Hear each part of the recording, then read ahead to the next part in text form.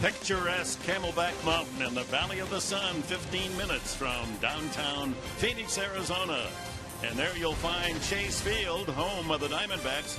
The Padres' Corey Spangenberg in 8 games, hitting .346, a couple of home runs, both pinch homers and 6 RBIs. A great major league debut for Spangenberg. And for the Arizona Diamondbacks, Cliff Pennington.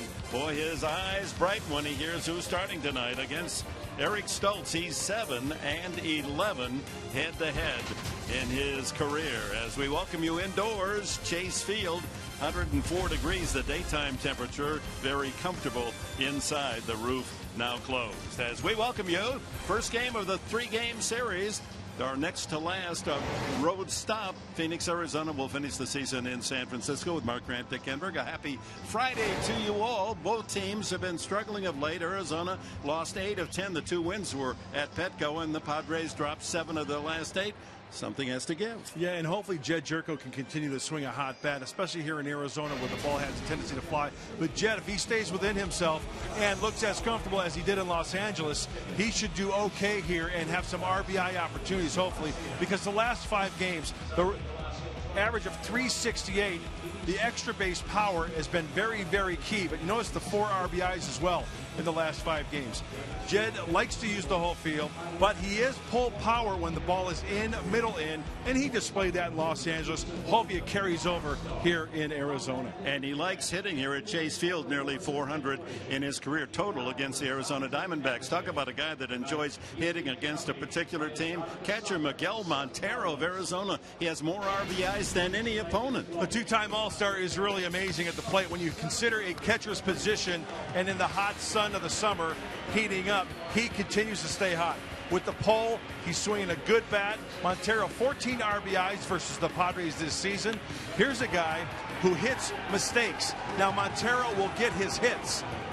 You'd love a strikeout. You'd love to give him a pop-up, maybe ground out. But if you're going to give up hits, give him a single here and there. If the Padres can stay away from the extra base hit and the home run from Montero, kind of like their chances against the Diamondbacks. Well, the Padres with an off day yesterday. Many of us were TV viewers, and it was a frightening day in Major League Baseball. And when we return, we will document a terrifying Thursday in Milwaukee. Kate Osborne with manager Bud Black when we come back to Phoenix, Arizona.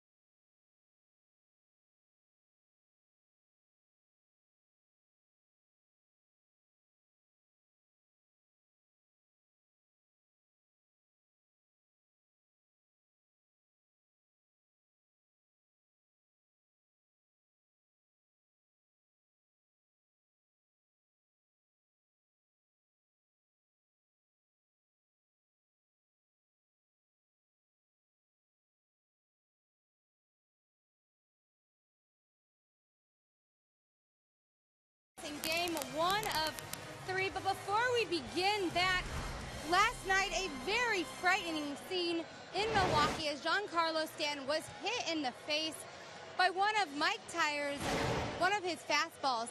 And I talked to Bud Black about the frightful incident and his perspective as a former pitcher. I know this from a pitcher's perspective. No pitcher ever wants that to happen. And obviously, no player wants to see that type of scene that we saw last night. So, again, I think all of us are in the game hoping, the best for Giancarlo and the Marlins. But, that was frightening. That really was. That's a tough one. And that was our Geico quote of the game. Well, the Padres open the final leg of their 10-game road trip as Eric Stoltz takes the mound tonight here at Chase Field. Mark Grant and Dick Edward with the call when we come back.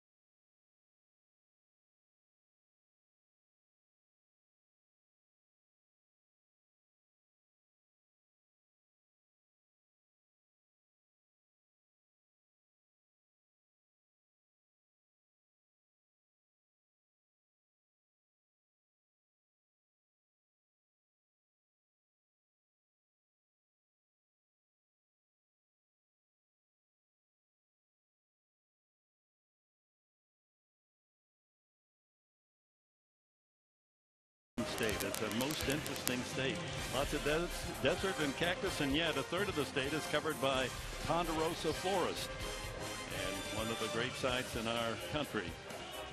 The depths of the Grand Canyon and Colorado River, and inside Chase Field we're set to go. The Padres and Diamondbacks completing their season series. Arizona leading 10-6. Padres lineup brought to you by Toyota.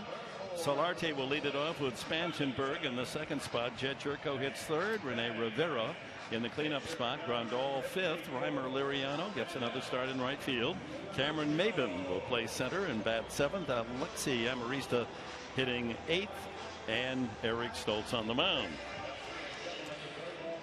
And for the Arizona Diamondbacks, left-hander Vidal Nuno. He's got the fastball. Is not going to top out much more than 91, so he has to rely on location. He throws the slider, curveball, and a changeup.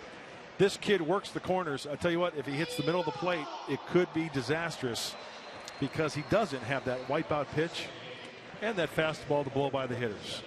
Got to be inspired by the fact he's facing the hometown team. He was born in San Diego, went to Sweetwater High School in National City. Here's the Diamondbacks defense in CRD. Pollock and Ross in the outfield. Lamb, Pennington, Owings, and Trumbo around the horn. Montero behind the plate for Vidal Nuno. And we're underway in Arizona. Low ball one. Bud Black's team trying to close out this laborious road trip with some wins. They are 1-5 thus far, but lost the last 2 games at Petco to Arizona, so they've won 1 of their last 8. Ground ball to the left side to Hopper to Lamb, the rookie, across for the out. And time now to look at the keys to the game, brought to you by your Honda dealers of San Diego County. Hey, pretty simple, Dick. Support for Stoltz. We talked about how Eric Stoltz has not gotten a lot of run support. 28 starts, 48 runs, and minimize Montero. He's been a Padre killer. He's within the division, so the Padre pitching staff, Stoltz and beyond, are going to have to try to contain the Diamondbacks catcher. I'm pleased that you paused in just the right spot and didn't say pretty simple, Dick. Get me on my defense right off the bat. So hopefully it goes well tonight for San Diego and Eric Stoltz. And young Spangenberg in there against the left-handed pitcher. And Bud Black showing confidence in the former #1 draft pick of the Padres 3 years ago. Doing a good job so far, hitting .346. Foul tip, 1-2. Nuno, 5'11", 195 pounds. He's 27. Originally signed by Cleveland. He's quite a story. Cleveland. He was the 1,445th player selected 5 years ago. Bends that one outside.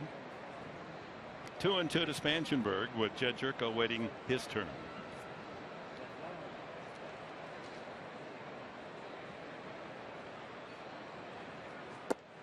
And the count goes full. Well, you can see where Nuno has a little deception in his delivery as well with that arm action. Kind of short arms it as manager Kirk Gibson looks on. Glenn Sherlock to the left, third base coach for the D-backs. All bat. Nuno came over from the New York Yankees in the trade that sent right-hander Brandon McCarthy to New York. D-backs also received a substantial amount of cash in that deal.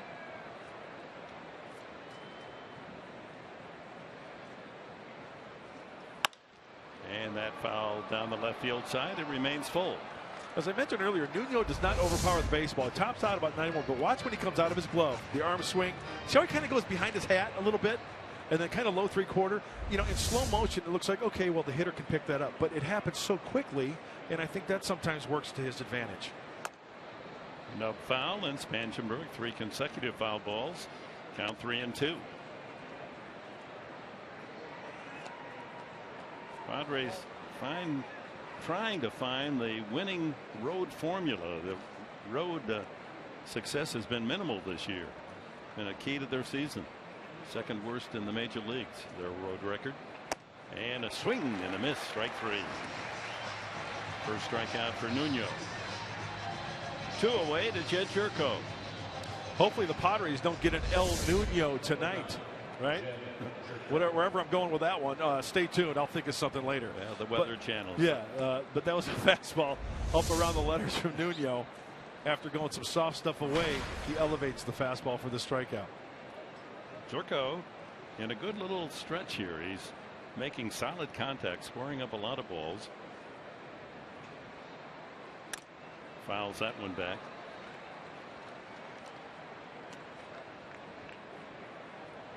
Homered in Los Angeles, his 33rd career home run.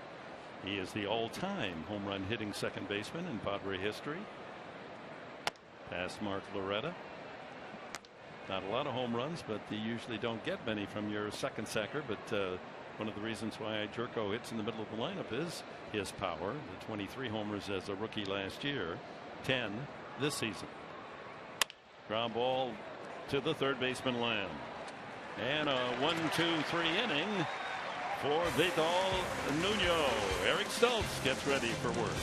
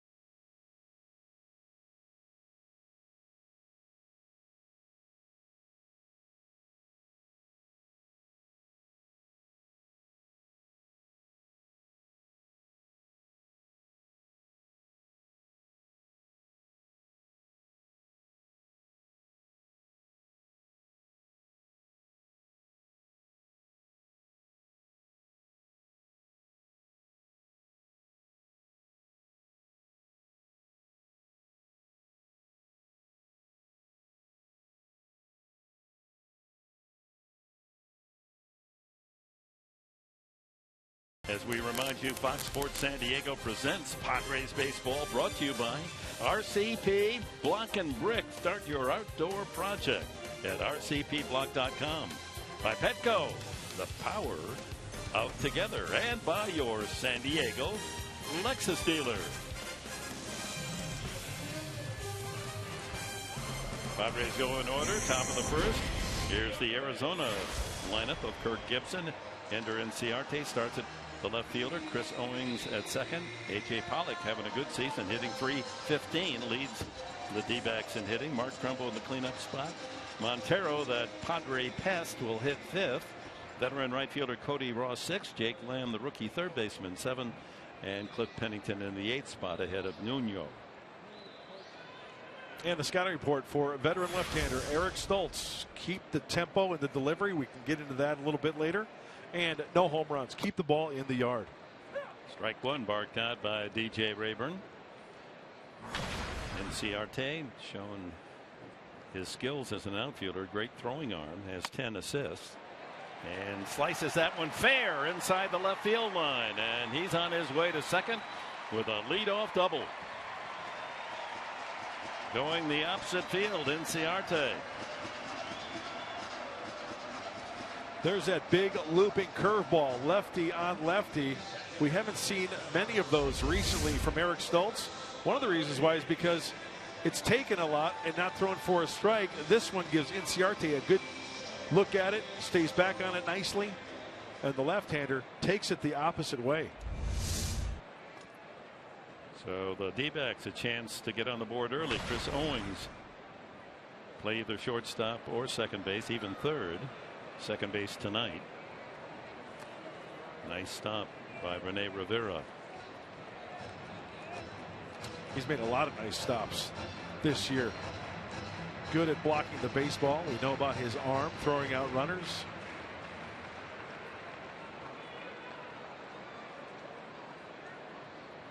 Outfield playing, Owings to hit toward right.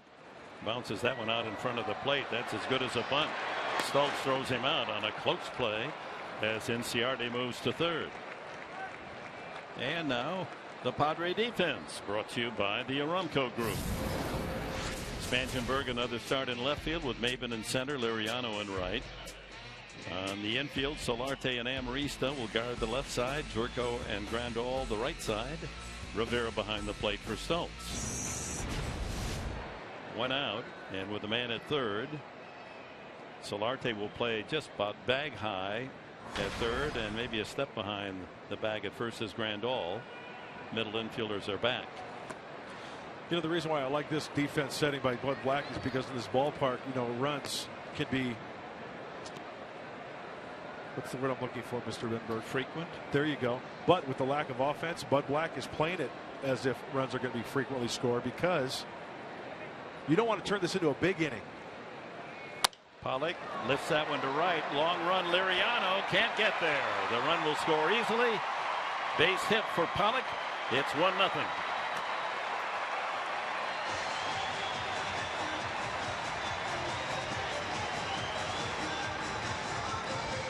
Not hit hard. Well placed. Just wedges that ball down the right field line. Well, he reached for that one out of the zone, if taken, probably a ball. I thought that Liriano had a beat on it, and then he throws behind the runner. Not a bad move, but it was offline. Very aggressive turn by Pollock. He has 11 stolen bases, so a threat. Trumbo, first baseman, hitting cleanup. Batting just .230, 8 home runs. He takes a strike.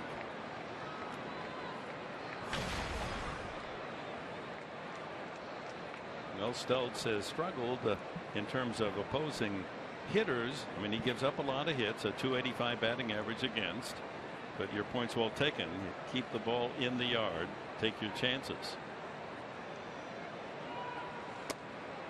1-1. And getting back to that defensive scheme, when the runner was on third base, you know, hope for a ground ball. If you bring the infield in, it cuts down the range. You don't get an out, although they did get a hit there on a run. It's just the chance of keeping the ball in the infield and getting it out while the Diamondbacks scored a run. That's why I think Buddy played the infield back when he did.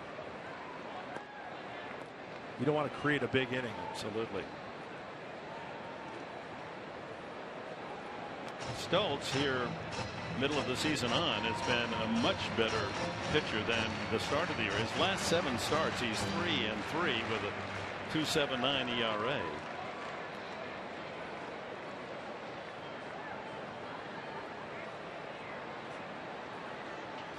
Allowed 3 or fewer earned runs the last 12 of 14 starts, so pitched to well enough to have many more wins, but he has had the least support of any major league starter.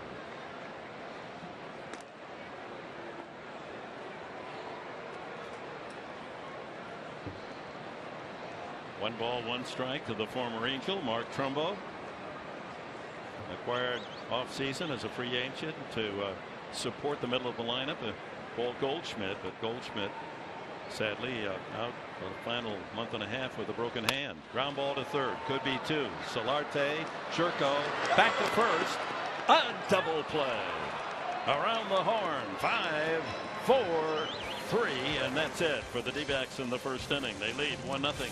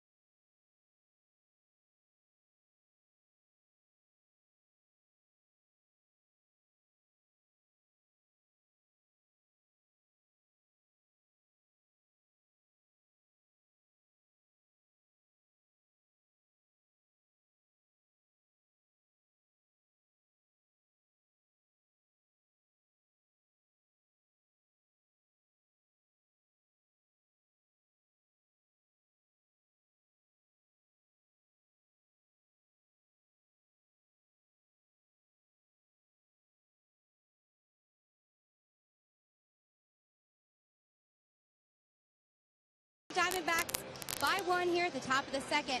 But some good news for Will Venable, who tweaked his back in the game in LA on Wednesday. I talked to him earlier today and I asked him, was it really the play where he ran into the fence that he got hurt? And he said, yeah, he had tweaked it that play, but it wasn't until the next inning where he really felt his back tighten. He let a ball get past him. And he said he was pretty disappointed because he knew right then it was pretty hurt. He did say, though, that he only thinks it's a couple of days till he's back out there. Mark, Dick, back up to you guys. All right. Thank you, Kate. You know what I saw on that? Did you notice the track at Dodger Stadium, how much give it? It was like a sandbox. I'm wondering if Will did it. I mean, he went up against the wall hard, but I mean, bad footing out there. You know, sometimes when you lose your footing, it can affect your lower back or other parts of your back. So we wish him well, get better. Well, when we left the ballpark after the game on Wednesday night, we saw how much water they were putting on the track and the infield. It was like a flood. Yeah. Watch Will Venable's feet as he goes for this baseball. His left foot right there. I mean, look, that's like a sandbox. That'll tweak your back. Yeah. Rene Rivera leading off the second for the Padres. And the count goes 1-2. He'll be followed by Grandal and Liriano.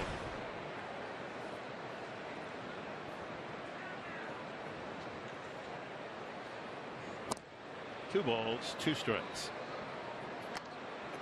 Game 2 tomorrow, folks. Reminder, not on Fox Sports San Diego, but on Fox Sports 1 nationally at 4:30 for the pregame. Way outside. Tyson Ross 13-13 against Chase Anderson 8-6. A good pitching matchup. So that'll be on Fox Sports 1. And then Sunday we'll be back at 12:30 for the final game of this 3-game series. And a leadoff walk for Rene Rivera. Good start. That'll bring up Yasmani Grandal. A lot of off-speed stuff to Rene Rivera, and a good eye by the Padre catcher. Got to get that run back.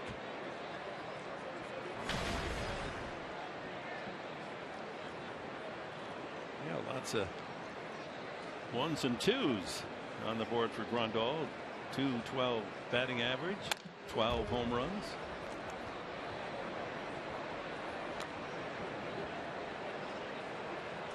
Hasn't found his stroke all year right-handed. He's hit well left-handed, and all the home runs from the left side.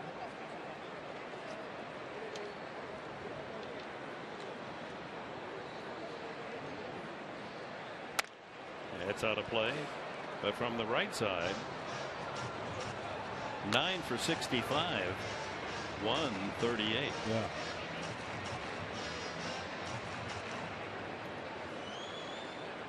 You know, there's been some big leaguers who have abandoned switch hitting. Yeah, that's true. Remember JT Snow? Later in his career, strictly left. Ball pops out of Montero's glove, no advance. Check that glove for a frog with a tennis racket.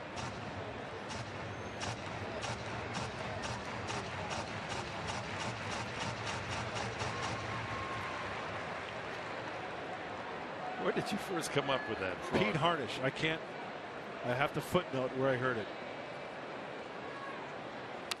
Pitcher for the Houston Astros, one of probably the funniest guy that I've ever played with. Pete Harnish, right-handed pitcher, had a heck of a career. Cincinnati Reds, New York Mets, Houston Astros, probably Padres recently, or briefly, I think. I could be wrong. That imagery is terrific. Oh, I know, isn't it? With the tennis yeah. racket. Line to right center field. That's going to fall for a hit. Cut off by Pollock, but in the meantime, Rivera chugs over to third, and the Padres have runners at the corners with no one out here in the second. Now that's getting on top of a fastball from Nuno. Yasmani Grandal, I think for him to pad his numbers or make them a little better from the right side is to try to get up on top of that ball on the inside part of the plate and drive it the other way. That is a very nice looking swing. Rivera hustling his way to the other corner. And here's Reimer Liriano. Runners at the corners. Grandal at first. Liriano 16 for 79, comes out at 203. Up high, ball one. 90 on the fastball. Pete Harnish did not play for the Padres. Very funny man, Mr. Edberg. I wish I'd have met him. One of these days I'll introduce you to him. Where was he from? I'm just guessing he's from Freehold, New Jersey. East Coast guy. No way, mister. He went to Fordham. Okay. Pitched at Fordham. And one of his weekend jobs, the police station would tell him not to shave on Wednesday. We need you for a lineup on Saturday, and he'd earn $50 to stand in a lineup. That's great. Yeah. Chop to third. Here comes a runner, Rivera. He'll score. The play is over to first base, and the out recorded. So Liriano didn't hit it hard enough to encourage a throw to the plate by Lamb. Liriano credited with an RBI, his 5th of the year. The game is tied at 1. Well, just putting the ball in play, as you see right from behind home plate, that high chopper, and also Lamb, he plays it back on the big hop. Now, whether he charges that ball and tries to throw to get to the plate, it's not a forced play. He's thinking, you know what? Still a lot of baseball left. I'm going to make sure I get the sure out at first base. It served two purposes. The slow roller got the run home and advanced Grandal into scoring position with one out for Maben and Amarista.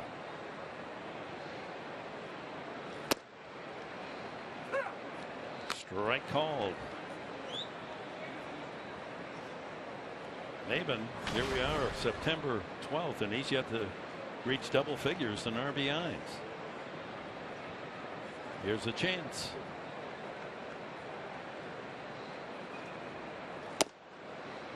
Strike two. He likes to hit here. 19 games in his career, 323.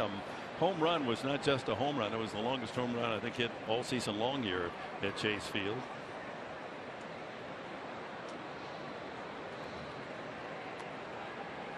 Like to put a punch in one of Nuno's deliveries. And he does. Right center field. That's going to go all the way to the wall. Easily scoring is Grandal. Maben might try for 3. There he goes around second. Wheeling toward third and will make it without a throw. It's 2-1 Padres. A triple for Cameron Maben.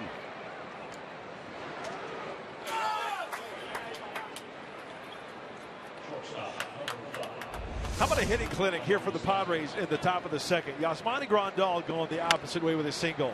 Daddy Longlegs, Cameron Maben hitting it into the gap near the swimming pool. And then he's rounded like he's at Greyhound Park. Picking him up, putting him down. Boy, he's fun to watch run, isn't he? Oh, he really is. Losing the helmet. What in the Gary Matthews is going on right there? The Padres take the lead 2-1 and have a chance to add with Amarista up. Only one out. The infield will come in now with Lamb, Pennington left side, Owings and Trumbo on the right side at the edge of the grass. And a ground ball right to the shortstop. Here's the play at the plate, and they get him. Contact. Maben was off with contact, but Pennington a solid throw. Erases Maben at the plate. This play happened so quickly, but when you look at Miguel Montero, okay, this ball is hit, right? Runner on third. He squares up. He's given a lane. His foot's on home plate. He goes down to one knee, and Cameron Maben sliding towards the foul side of home plate. Good tag on the chest, and home plate umpire DJ Rayburn was all over it. He motions after the play. Yep, got him on the chest. Banged him, and that's a good call. Good play all the way around. A good play by Pennington. A perfect strike, low and right into the runner. So here's Stoltz with Amarista at first base. Derek 4 hits all season and 1 RBI. See, now the conversation is going to go, if that throw were to take the catcher right over home plate, he has no choice, right, to go to the baseball. And so that's where it gets kind of dicey. Yeah, and that's going to happen. But that was about as perfectly played. He allowed the runner an avenue to hit home plate, made the good solid tag, no problem. No collision. Yep. Back out of play. Gotta be a little careful here, Chase Field. We might get a souvenir. You got your glove with you? No, I don't need a glove. Oh, you don't? Yeah. Anyway, we've got about 2 or 3 up here in the time that we've come here to play the Diamondbacks. I noticed there is a tennis racket in your bag, and is there a frog? Stoltz grounds out unassisted, but the Padres get 2 runs here in the second. A walk, single Grandal, RBI ground out Liriano, and Cameron Maben a triple to right center field to make it 2-1.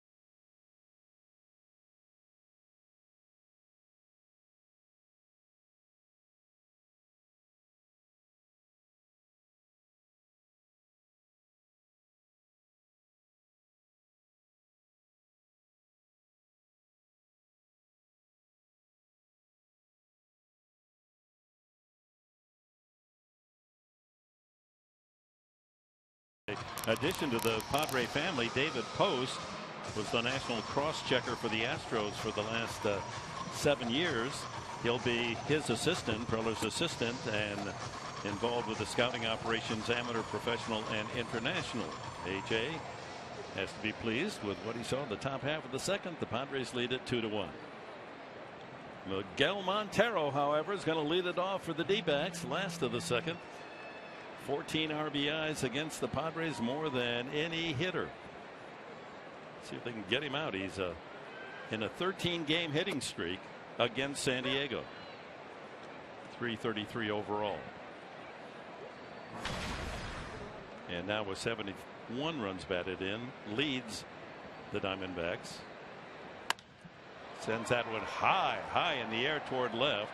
Spangenberg looking up into the roof and makes the play. Yeah, it's pretty tricky. Spangenberg, not a trained outfielder, never played here before, and you look up, there's a lot to see in that roof. Yeah, I was down on the field before the game watching some BP for quite a while, and I saw Spangenberg out there in left field taking some fungos, getting used to that ceiling out there with all the steel and girders, and there, that's what you're looking up into. You got to watch BP. One of the best parts of the day. Yeah, it's a shame.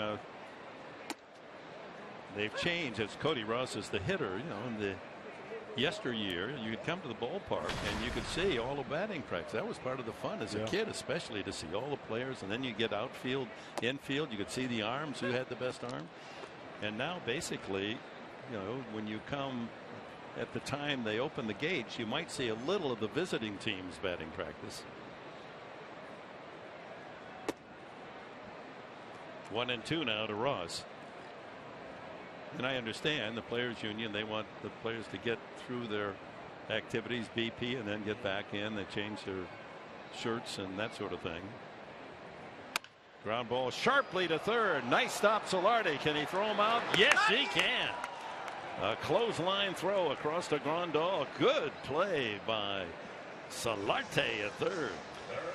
We've mentioned it before that Eric Stultz is going to give up some base hits, more hits than innings pitched. So it's just a bonus when your infielders or outfielders make a great play like this one here. Going to his right. And you know what? Firing the strike all the way across the diamond. That's impressive as well. He robs Ross 2 away. And here's third baseman Jake Lamb. Just to finish my thought about having batting practice and more fans see it. You know, they come earlier then. They buy more concessions. It's got to be good for the ball club. Huh? What a great concept, huh? Yeah. Swing and a miss by Lamb, who homered in the game yesterday at San Francisco. The D-backs, after they left Petco Park, winning the last 2 of the 4-game series there, they were swept in LA and then swept again by the Giants. So they come limping home.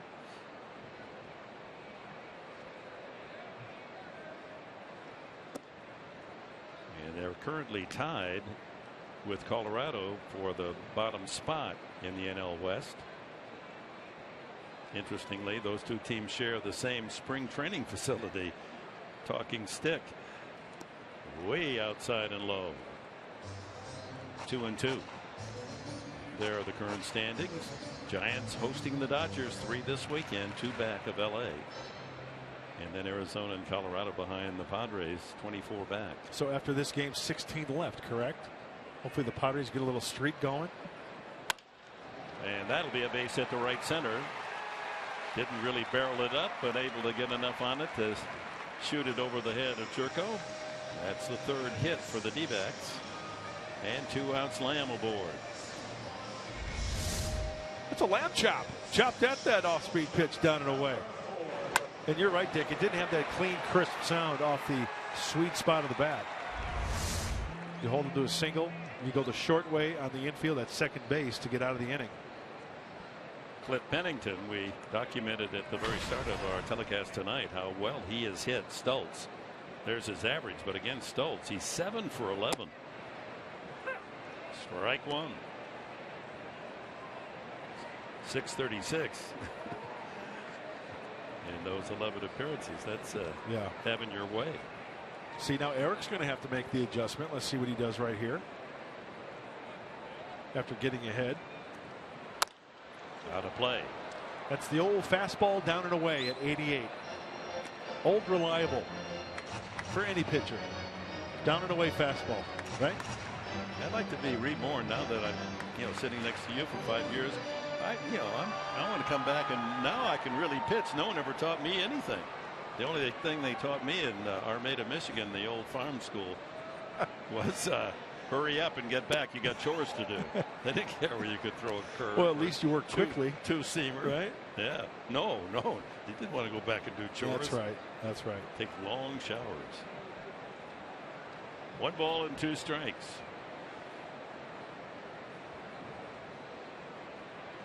Lamb at first. 2 out. Outside. And low. 2 balls, 2 strikes to Pennington with the pitcher Nuno next. Well, a nice toasty 104 degrees today in Phoenix, but it's cooling down to 80 tonight. In fact, there's a cooling trend coming. I look tomorrow, Saturday, it'll be 103, and Sunday down to 102. Oh, nice. So fall is coming. Yep. Bring a sweater.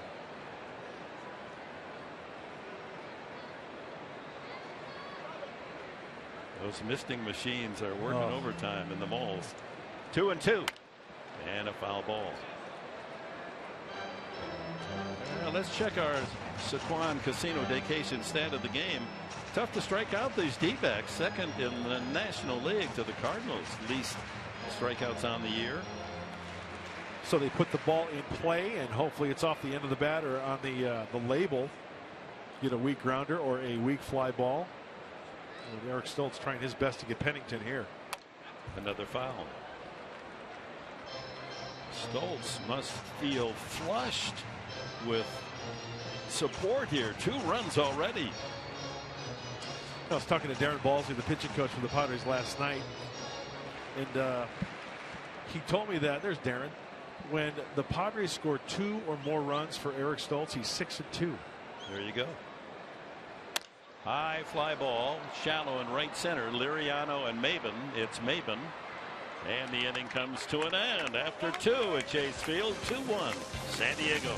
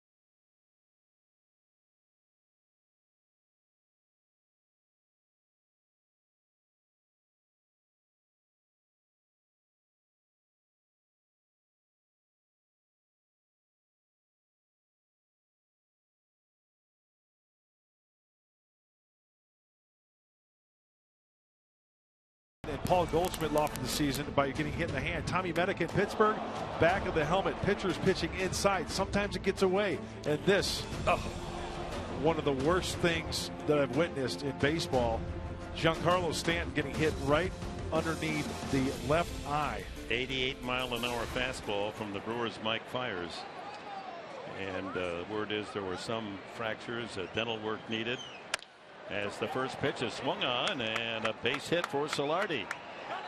He'll take the turn and then hold as it's bobbled in left field. Now he goes the second time as Inciarte bobbled it, and then in his haste to pick it up, kicked it around again. And Solardi winds up at second with a single and E7. An error by the D-backs makes news. They've committed only 6 the last 18 games. And running around first base, he's eyeing left field. He sees daylight, puts on the brakes, downshifts, and goes safely standing up to second base. A great way to start this top of the third inning after scoring 2 in the second, shutting down the D-backs in the bottom half of the second. Spangenberg, good bunt. That'll move the runner to third. He might beat it out. They just do get him. Spangenberg with excellent speed made that mighty tight. The call by Will Little, the umpire at first. Very, very close at first base. A very nice bunt by Corey. Getting that runner over as we take a look. Oh. That was close, huh? And here comes Bud Black. Padres support in that video room indicating that maybe there is a chance for this one to be reviewed in favor of the Padres. On the phone right there is AAA manager of the El Paso Chihuahuas, Pat Murphy, joining the club here. Former head coach here at Arizona State and Notre Dame. Key manager in the Padres minor league system. And no challenge. But the Padres have a man at third with 1 out. They had a man at third with 1 out in the second after scoring 2, but Amarista's ground ball drawn in infield. They threw out Maben at the plate. And here's Jerko. Infield tight. Hitter's delight for Jed, who leads the team in runs batted in with 49.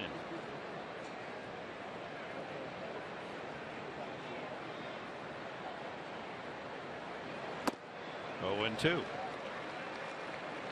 Here's another look at the play at first base. How do you separate that? Yeah, that's the definition of bang bang. Photo finish, huh? Hold all tickets. So Jerko down on the count, 2 strikes. Nuno in the dirt. See what Nuno's trying to do here with the infield into the right-handed hitters. Breaking balls down and in. Heads up left side of the infield. Lamb, Pennington. He wants Jed Jerko to top a breaking ball and hit it to one of his infielders on the left side. Broken bat, foul ball. He turned on that fastball there.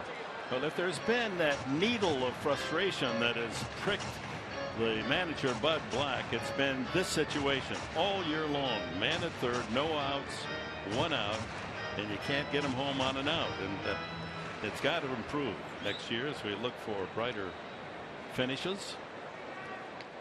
And Phil Plantier there on the left, along with Alonzo Powell, the hitting coaches, doing everything they can to get these hitters ready and succeed. Working diligently in the cage, batting practice. High fly ball deep to left field. That might be better than just a outfield fly. That bounces over the wall, a ground rule double, and the Padres lead 3-1 as Solardo comes in on a double by Jerko, his 50th run batted in.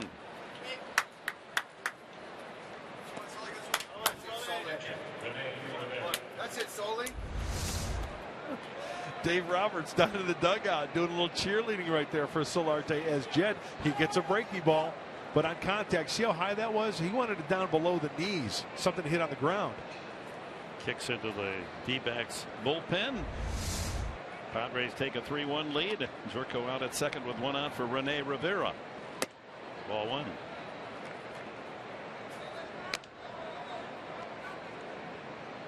It's like an Olympic event. Can the Padres clear that hurdle, that 3 hurdle, get to 4? Where they're 46-9. Need another run.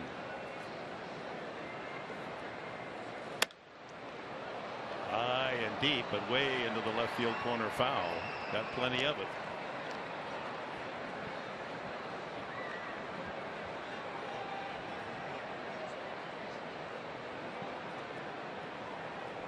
So half 100 for Jed Jerko, RBIs, club leader.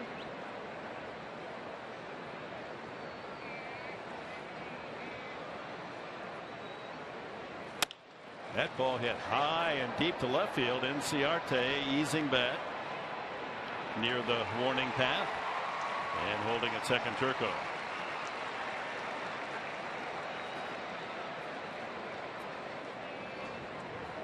Hey, the Padres taking some good swings. Grandal from the right side going the opposite way. Cameron Maybin from the right side going the opposite way. And Rivera comfortable at bat there. Just got under it a little bit. Grandal singled in the second inning, singled to right center and scored on the triple by Maybin.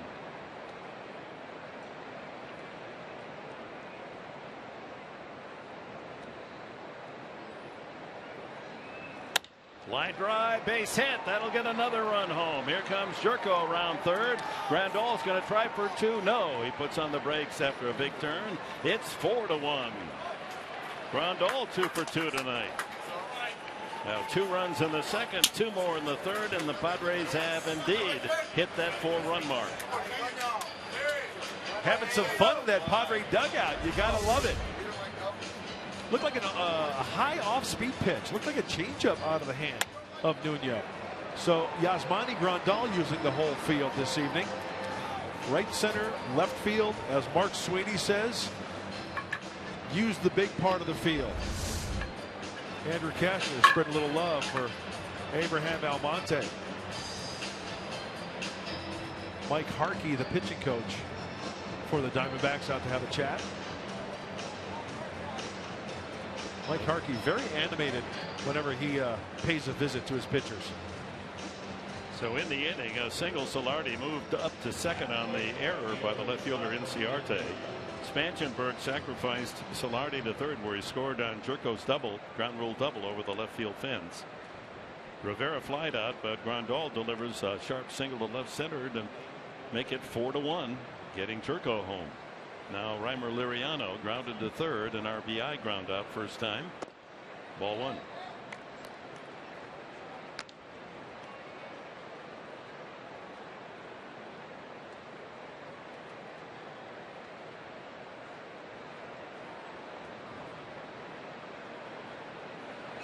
Broken bat ground ball to the hole. Pennington makes the play to second. But the Padres here in the third scored 2 more on 3 hits. An Arizona error. And it's 4-1. Jerko, Akeem Lowe, ground rule RBI double.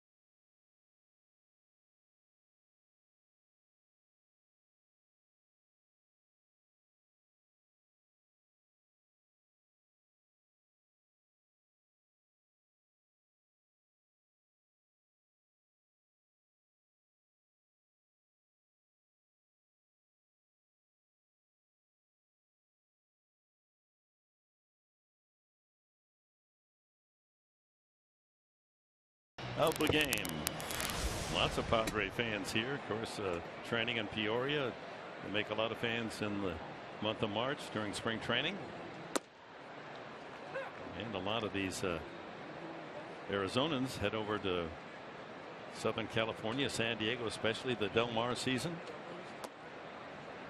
As we go to the last of the third, and Eric Stoltz must be saying, pinch me, pinch me. I'm working with a 3-run lead here. Nuno, the pitcher, bounces that foul. Count remains 2 strikes. Nuno, then Inciarte and Owings. 1 hit in 15 trips since coming over from the American League Yankees. In the dirt. Stoltz lifetime against Arizona is 5-5. He has 1 decision this year, 0-1, 2 no decisions. This is his 4th start, and that's strike 3. Nuno caught looking. First strikeout for Stoltz. All right, Padre fans, it's time to get on the internet and utilize your internet skills, because we're going to do something special for our good friend Mr. Dick Enberg. You can vote for Dick to getting into the broadcast wing of the Baseball Hall of Fame. Dick has been nominated for the prestigious Ford C. Frick Award, and of course that's recognizing excellence in baseball broadcasting. So you have the chance to vote for their favorite broadcaster. So get online. Let's get Dick into the Hall of Fame. Go to facebook.com/baseballhall. Fans can vote once a day until September 30th. So burn up those internet lines. Get your Chicago friends. Yeah. Vote every day. Vote early, vote often. And Dick, a sincere congratulations being nominated. Well deserved. And we're going to go to work. Well, thank you. There are so many deserving baseball announcers, but just to be included on that nomination list is it's an honor in itself. Thank you. So once again, facebook.com/baseballhall. Inciarte doubled to left field his first time, and he goes the opposite way again, right through the hole on the left side. He's 2 for 2. Well, that seems to be the theme for the D-backs tonight. They have 4 hits and 3 of them to the opposite field, so they're waiting, I guess, on that off-speed stuff with Stoltz. Owings tapped back to the mound his first time.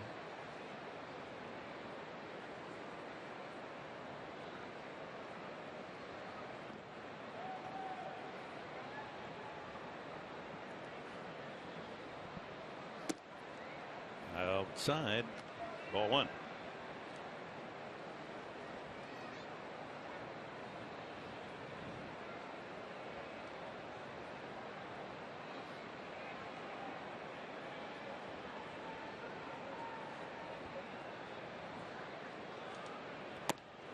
Misses again away. National League leaders, lowest run support, and you could make this major leagues too. Stoltz 2.84, Eovaldi, Wood, Nuno on that list, as is Ian Kennedy. Kennedy will pitch back home against Philadelphia when we return on Monday. Fouled away. Sunday it'll be Despaigne against Trevor Cahill. Both men have 3 wins this year. Despaigne 3-6, Cahill 3-11. Not much room for error when you have a lack of support like that, right? But Eric Stoltz, you look at him on the mound and you don't know whether he has a 10-run lead or a 10-run deficit. He just goes about his business. He certainly is the definition of workmanlike. 3-1 now the count. By the way, the 4 runs scored here in the first 3 innings by the Padres snaps quite a string by D-back starters. They had allowed 3 or fewer runs 14 straight games before tonight. That was the longest active streak in the big leagues, but the Padres get him for 4 early, and a fly ball to left, right at in the left fielder Spangenberg for the 2nd out. Don't miss the final home Padres game at Petco Park. It's going to be Wednesday, September 24th. Every fan in attendance will receive a team photo presented by the Mighty 1090. So get your tickets for the final Padres home game at Padres.com or get on the horn 619-795-5555. Got to have the team photo, right? Yeah, that's you got to know who the players are. Bring it to the ballpark, get the photo, get some autographs. It's a nice hang it in your game room. There you go. Give it to a friend. Makes a great gift. A.J. Pollock singled in a run. The run in the first inning. Single to right field, gets away from Rivera, but not far enough for an advance by Inciarte. Word gets out, scouting reports, video is shared. They know that Rivera's been throwing out a lot of runners, so don't take any wild chances on the Padre catcher. Even measured chances. He's thrown out more than anyone in the National League. 34% for Rene Rivera. That's above the league average. And leading the league with 27 throwouts.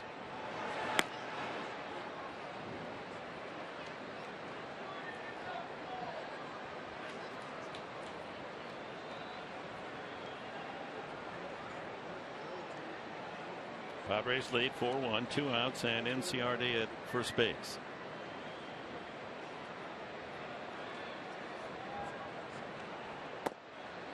Strike. 1-1. 88 on the fastball. Hey, Eric's been about 88, 89 on the fastball. Mentioned earlier how about the tempo of Eric Stoltz. He's got to keep up the tempo with his leg kick and his body motion towards home plate. Not overdoing it, though. There's a fine line, and that helps his location. It helps his velocity as well. Ground ball to third, backhanded by Solarte. He gets the throw to second for the out. And that's it for the third inning. And the D-backs. Cameron Maybin with a triple his first time up will be part of the Padre attack in the fourth. He'll lead it off.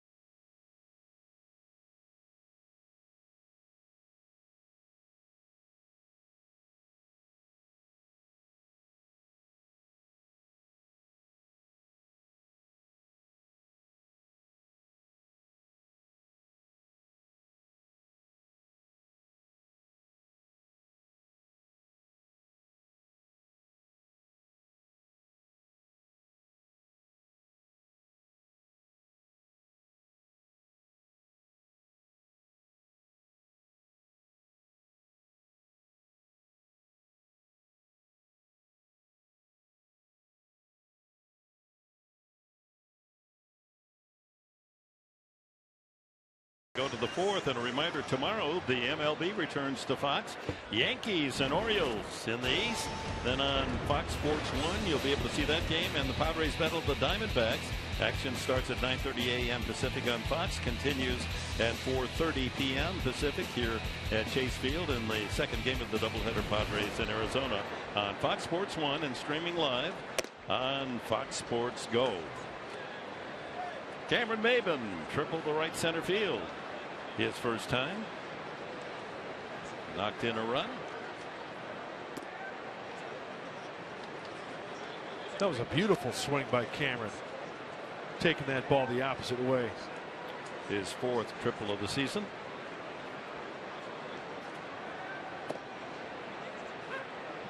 Two and one the count. Maybin, then Amarista and Stoltz, 7, 8, and 9 hitters here in the Padre fourth inning.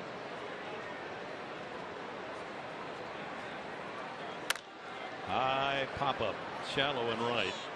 Cody Ross comes in for the first out. See Cameron hustling on that fly ball to right.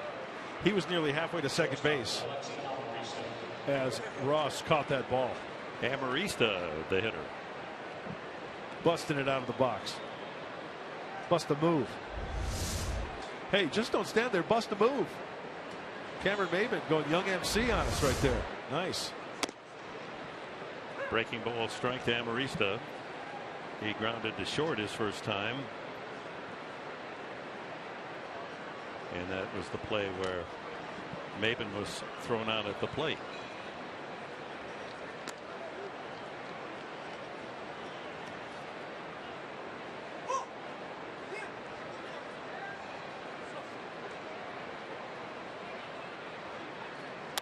Up the middle, knocked down by Nuno. Throw to first. No, not in time. Amarista with an infield hit. I tell you what, they're having fun down in that Padre dugout. Our fields, Mike, are picking up the sounds of that Padre dugout, and I tell you what, they are cheering on Amarista after that hustle move down the first base line. Just beat it out. And Alexi playing umpire.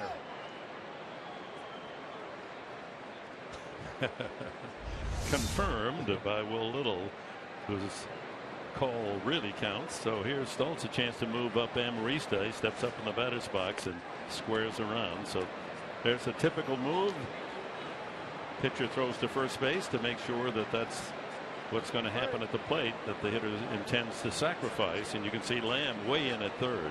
Yeah, Stoltz wants to bunt down the first base line. And bunts it back foul.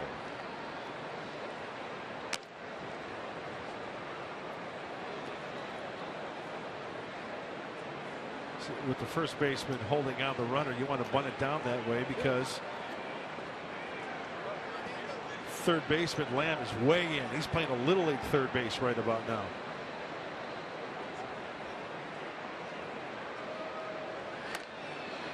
And they do field it, surprisingly. Sacrifice is good. 5-4 on the putout.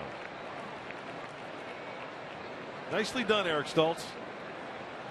So Amarista moves into scoring position with 2 outs. Let the ball come to the bat. Land to the second baseman Owings. And that gives Solardi a chance to add to the 4-1 lead. Jan has grounded to third, singled, and scored. And he's played a nice third base over this really point. Have. You know, the more we see him at third base, the more you like the way he handles the leather. He made a couple of nice plays, look tough plays, look easy.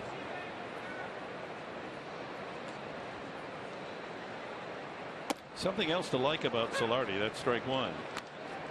As a Padre, he has walked 22 times. He struck out 20 times. There are not many players these days that have more walks than strikeouts. In fact, if you count his Yankee games as well, he's very nearly 500 overall. 52 walks, 54 strikeouts. So that's a man you don't mind having up the top of your lineup. He's going to give you contact, and as he did many times at home, he walks, gets himself on base with that free ticket. Ground ball foul. That tells me that he's got a pretty decent command of the strike zone. Down on the count, 2 strikes. In the short time that we've seen him, but that's a great sign. 2 out, Amarista, second base.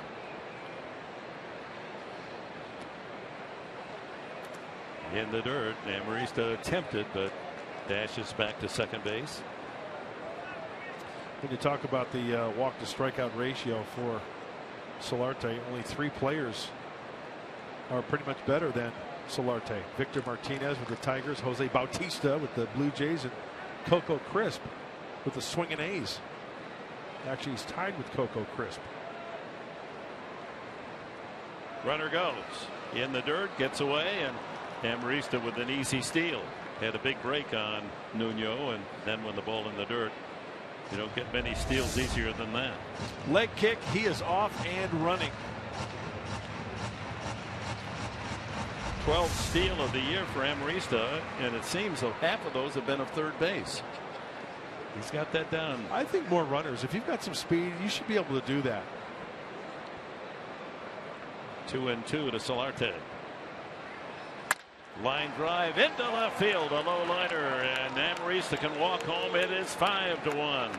Solarte delivers his 16th RBI of the year.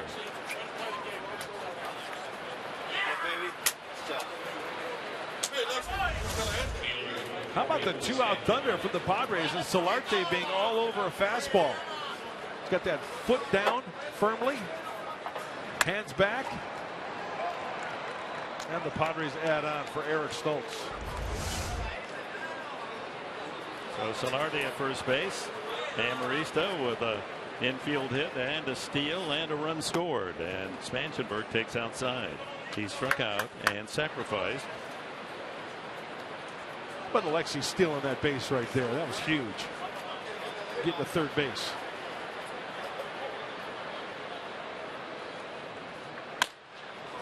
Center field hit pretty well. Pollock has to give ground, but he's there. And the inning comes to an end, but a couple of hits produce another Padre run. Middle of the fourth. San Diego 5, Arizona 1.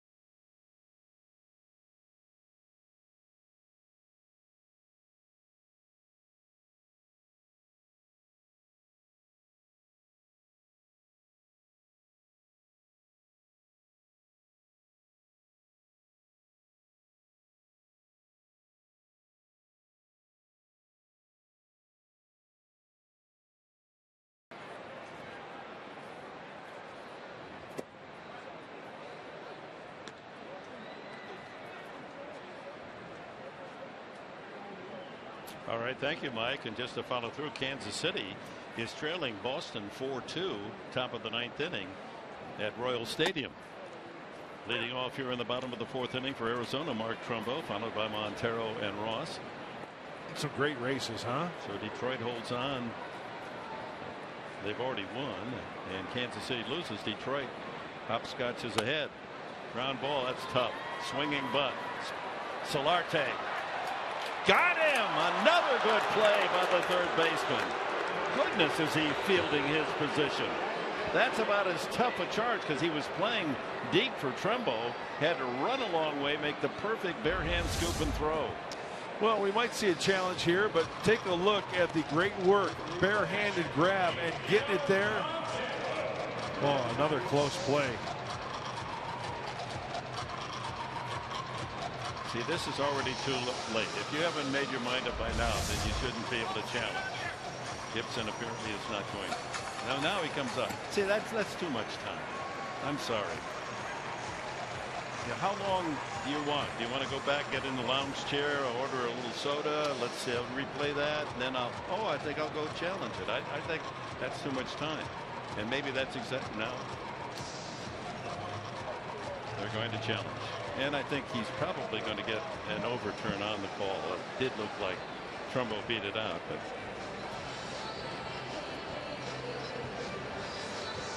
so the calling umpire, Will Little, on the headsets with crew chief Jeff Kellogg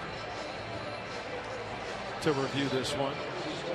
And this will probably be something that they probably talk about, during the offseason to refine some things. Yeah, I think there's already talk underway that we've done some good things with it. We've got a lot of plays right,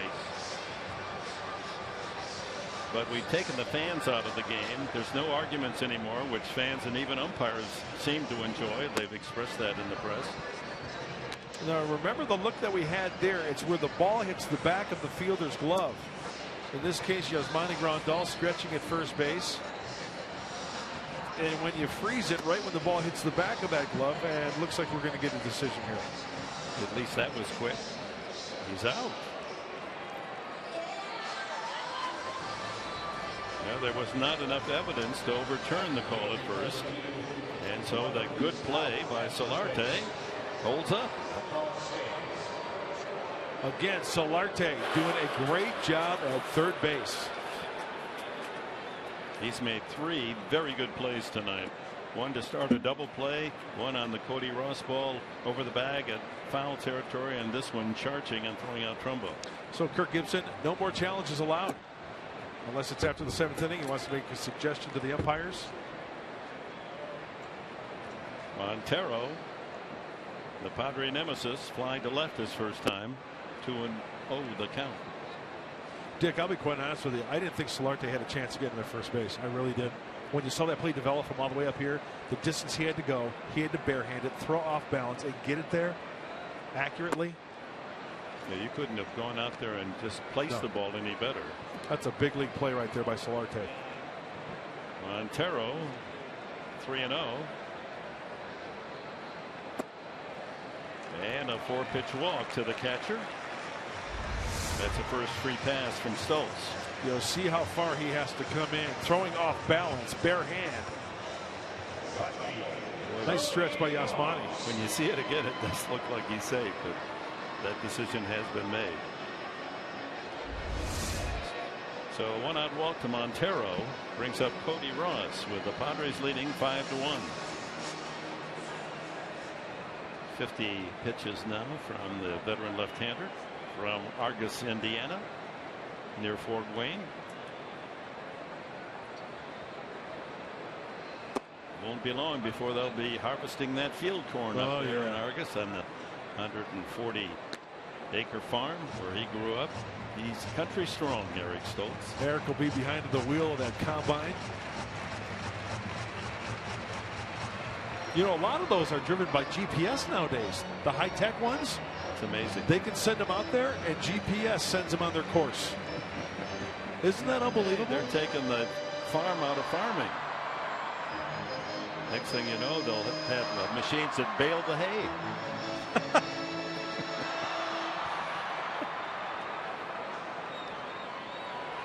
Cody Ross. Hit taken away from him on a smash to third by Solarte. This one to short, should be 2, 6, 4, 3, a double play. The second turn by the Padre infield tonight. And we've completed 4 in Phoenix, and the Padres lead by 4.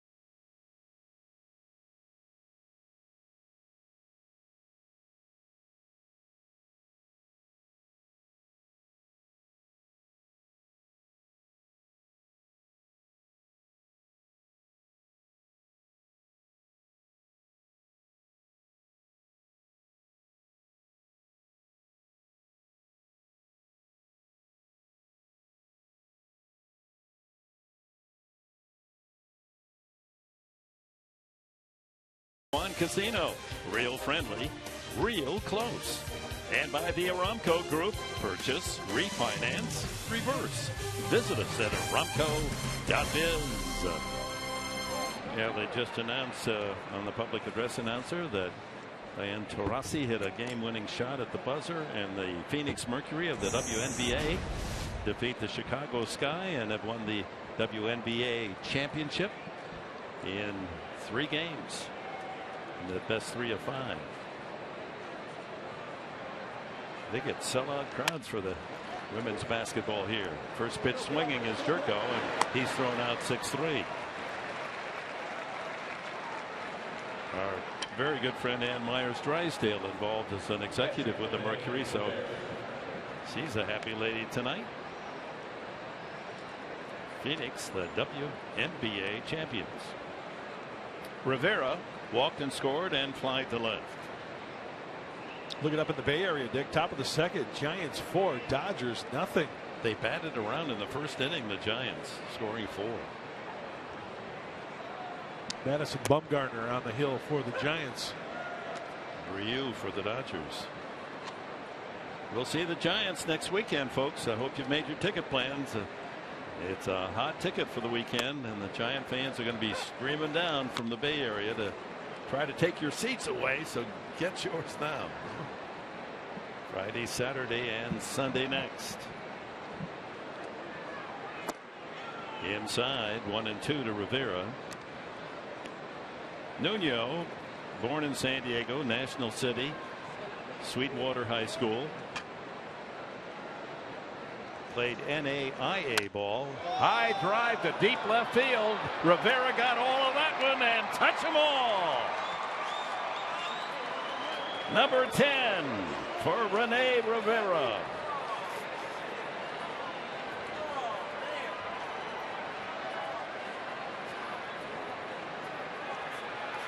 Well, a big 6-pointer for Mark Grant. I'll tell you what, he leaned on that one. Nuno. Cuidado, piece of Bajado. That's it, Caballo. Oh, Dave Roberts just dropped a Caballo on Rene Rivera, the horse. Huh? Plenty deep into the bleachers and left for Rivera. Double figures and home runs. Far and away his best ever professional year, power year, is Rene Rivera. Yasmani Grandal grounds a foul.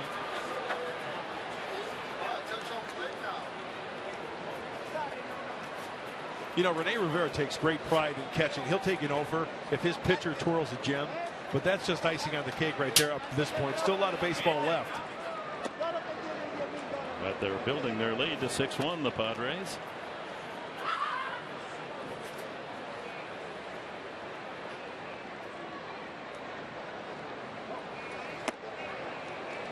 You know, Rivera in the offseason lost 25 pounds. It was a note back in spring training, and you know, it's made him quicker in every way. Sure.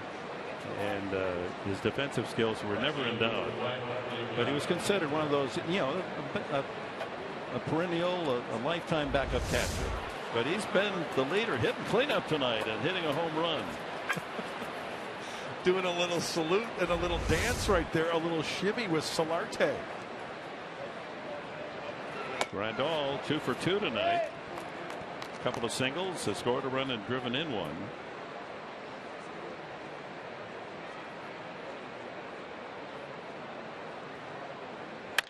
Ground ball deep into the hole. Nice glove work by Pennington, and he throws out Grandal. But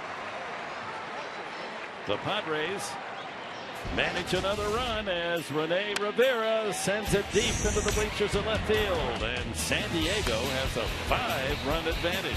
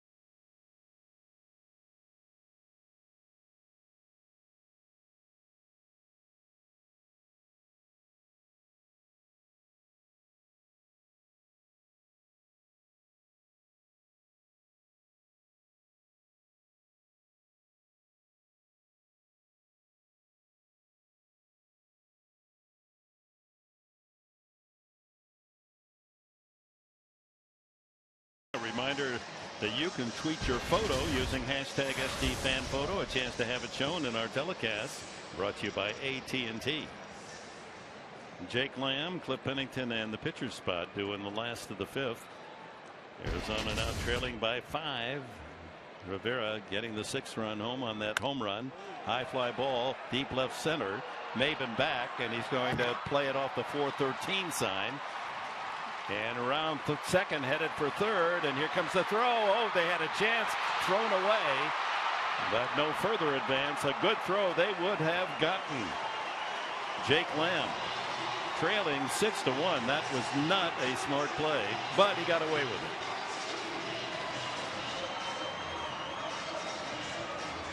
Yeah, clean relay, and Lamb was a dead duck, or a dead lamb, if you will. Yeah. You know what? Wishful thinking on this, on my part right here. We know the athleticism of Cameron Maben. Now that ball hit off the wall, right? As we take a look at the throw coming in, I just want to mention Corey Spangenberg did a great job of backing up Cameron on that. My point is, it would have been nice to see. I don't know whether Cameron could have gotten back there that quickly on that ball because it was hit so far, but he played the carrot, which is the safe move. I guess my point is, if he tried to make the play, and you know, looking at it, that was too far. So, but Corey backing up nicely. That second look really gave an indication of how far Cameron was from the 413 mark. They're going to call it a triple. No error posted. We'll wait to see if that changes. So Lamb 2 for 2. Pennington fly to center his first time. That ball in there, 1-2.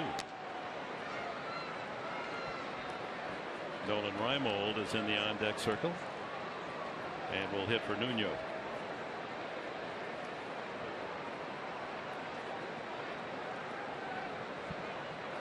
Pops him up. Second baseman Jerko for the first down. You know, as a pitcher, you got to love that. You give up a lead-off triple any inning, and then the next guy, you get in his kitchen and a fly ball in the infield. You can't ask for anything better. You know, a strikeout would be nice, but if they're going to put the ball in play, that's one of the best things to have done. Darren Balsley jogging out to the mound. They probably want to go over how to pitch to Reimold, one of the new faces in the Arizona dugout. Just to make a point in that regard, Arizona has played more rookies this year than any major league team. 18 rookies have played 558 games, in part out of necessity because of injuries and trades, but also building toward 2015, trying to find out who are the staples for the future Arizona. Reimold takes a strike. He's been up 16 times with 4 hits.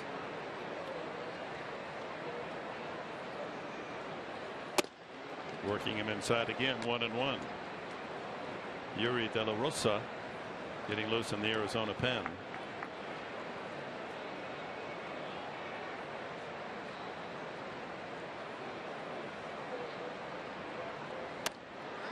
Foul back. De La Rosa apparently will be the pitcher in the top of the 6th inning for Arizona. Time now for the Cholula flamethrower. Eric Stoltz. Oh, get it up there. 90.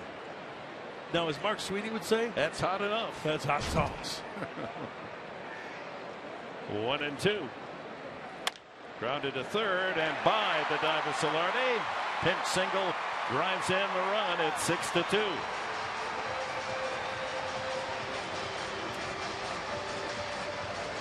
Lamb scoring from third, and Reimold's pinch base hit.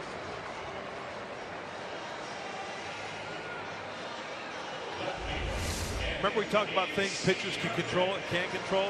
Well, he can control. Eric Stoltz that is throwing a ground ball down to the zone. Nice effort by Solarte. He cannot control his third baseman trying to catch that. Solarte's had a great game so far at third base. That one just out of his reach, but a good effort by the Padre third baseman. Inciarte a single and a double and scored a run. in the dirt, and a good block by Rivera. So the totals: the Padres 6 runs, 8 hits, and the D-backs 2 runs, 6 hits. Inciardi has 2 and Lamb 2.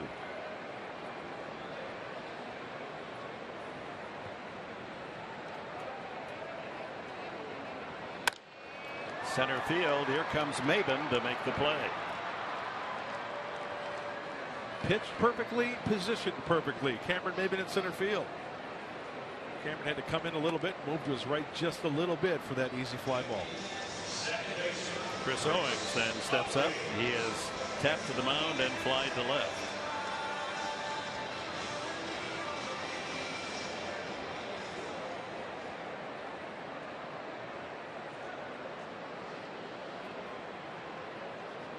Owings just turned 23 last month, so he's been a promising player in the organization. Native of Gilbert, South Carolina. He was going to go to the University of South Carolina, but signed the contract with the D-backs out of high school. And a career .291 hitter in the minor leagues.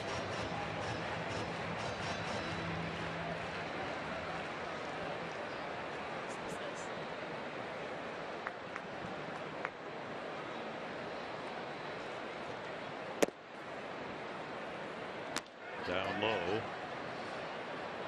2-1. Padres with 2 in the second, 2 in the third, 1 in the fourth, and 1 here in the fifth. Arizona scored first in the opening inning, and now 1 here in the bottom of the fifth inning. 2 outs, Lamb at first. Solarte in between, and that ball played him, and safe at first base. Owings on the error. Dick, you're exactly right. He let the ball play him. So first and second with 2 outs. And A.J. Pollock the hitter. I think if he committed, he would have gotten that ball on the big hop, or at least a shorter hop. So that extends the inning and gives Pollock a chance. As this ball is chopped on that big hop here, Solarte, he kind of goes in a little bit, and then I think I'll play it on the bigger hop, and it eats him up.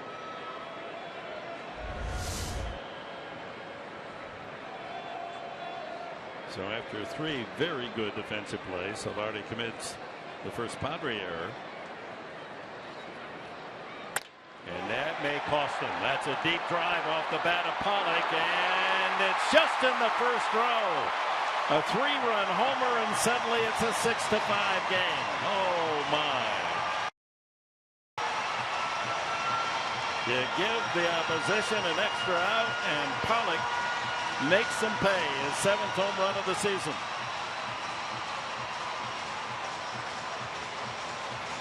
I mentioned that Eric Stoltz has to live on the corners, work up, elevate when he's ahead the count. Well, yeah, on contact, right down the middle. Pollock gets extended.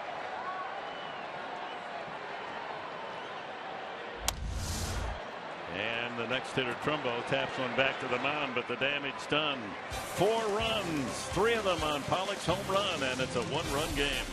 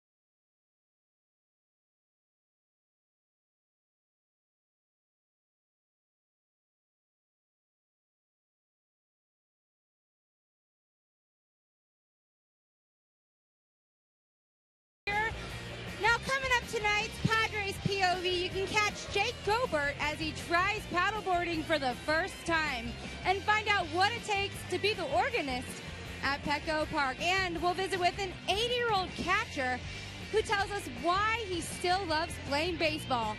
And Abraham Amante joins Reimer Lariano for lunch to talk about their game day rituals. That's tonight on Padres POV, right after Padres Live post-game show. And I was also talking to Jake Gobert about his experience paddleboarding, and he said his favorite part about it is he was racing his wife, Heather, and he actually fell in, and she gave him quite a hard time about it. I don't know. You don't want to miss it. Padres POV, guys. Yeah, it's not a lot of good surfing on Lake Michigan. And Jake Gobert going to Northwestern, but having some fun on our San Diego Waves. That's always a great show. Kate Osborne does a terrific job. Look forward to that tonight. As the pitching change is brought to you by Drew Ford. Yuri De La Rosa comes in out of the bullpen to relieve Vidal Nuno. Nuno went 5 innings, 6 runs, 8 hits, 1 walk, 2 strikeouts. But almost a brand new game. Padres coasting along 6-1. But the D-backs strike in the 5th inning. 4 runs, 3 of them unearned after the inning was extended on the air by Solarte. Pollock punishes the Padres with a 3-run home run. Maben starts the 6th.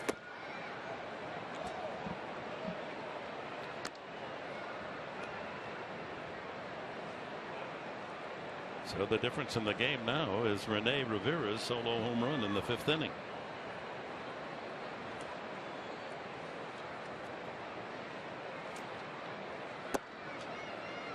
Two and one.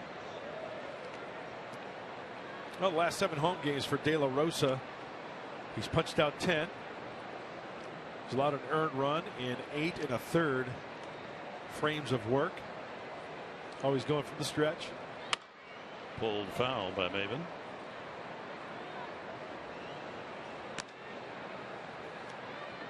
De La Rosa on the season just 20th. This is the 20th appearance. 30 innings, 28 hits, one a home run.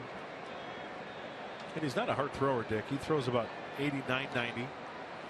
So you start Vidal Nuno, who's not a hard thrower, and you bring in a man also a left-hander. It's about the same.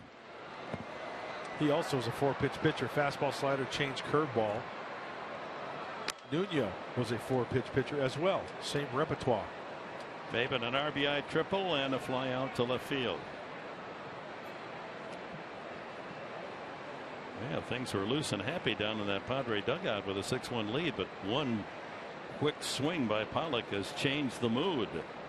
Back in a tight game. Roll toward third. Charged by Lamb, and he gets him by a half step.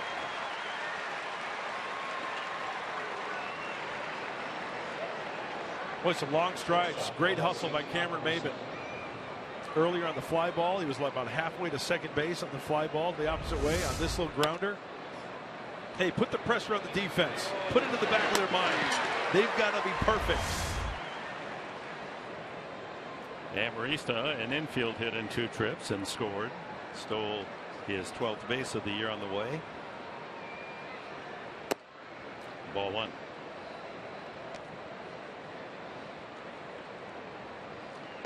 So if you're keeping score, the 4 runs scored in the last of the 5th inning, 3 are unearned.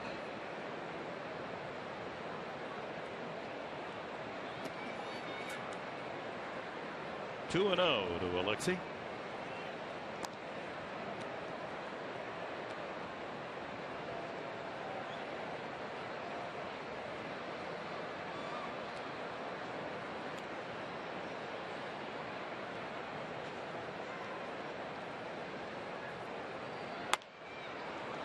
Slap foul. Nice turnout on this Friday night. The D-backs are averaging just over 25,000 a game and are concerned about the lack of attendance. They figure that next year's payroll will be trimmed some $12 million. Just not a lot of income this year. They started very slowly, couldn't win at home, which really killed them.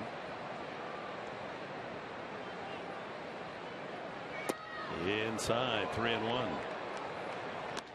Their budget this year was $112 million, and They're estimating they'll have to cut that to $100 million next year.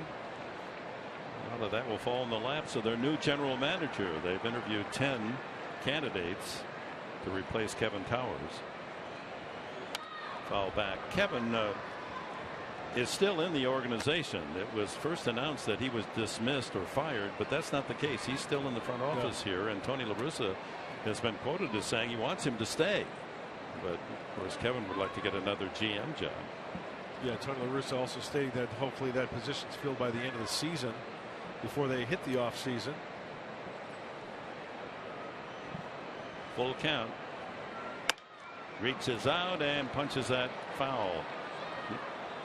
The other statement was that there will not be a managerial change after the season. It'll be done before they hire the general manager, whether or not a move is made for the skipper. There's the list of potential candidates, and one of them, the former pitcher Dave Stewart. Right center field, base hit. Not hit that hard. Over to cut it off is Pollock. And they're going to gamble. Here comes Amarista, and he is out. Pollock hustling to the ball and making a perfect throw.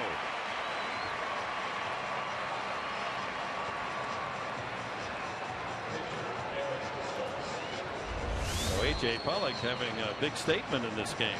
And you know what, Alexi, he was busting it right out of the box. As we take a look. Yep, he got him just below the knee. And you know what, the way Pollock was going, kind of like the aggressiveness right there of Alexi, because Pollock was going towards the right center field gap. He's also right-handed, so he had to get that ball, kind of position himself as his momentum's going towards the gap and make a good throw, and he did just that. It had to be a perfect play, and he executed just that. 2 strikes now on Stoltz, who has grounded out and sacrificed.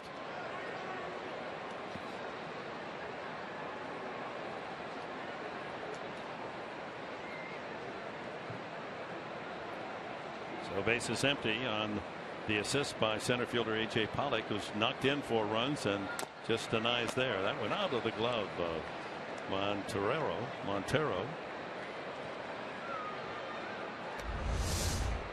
Here's that throw again, the one hopper. Gets him right below the knee before he hits the bag. The attendance tonight, 31,238.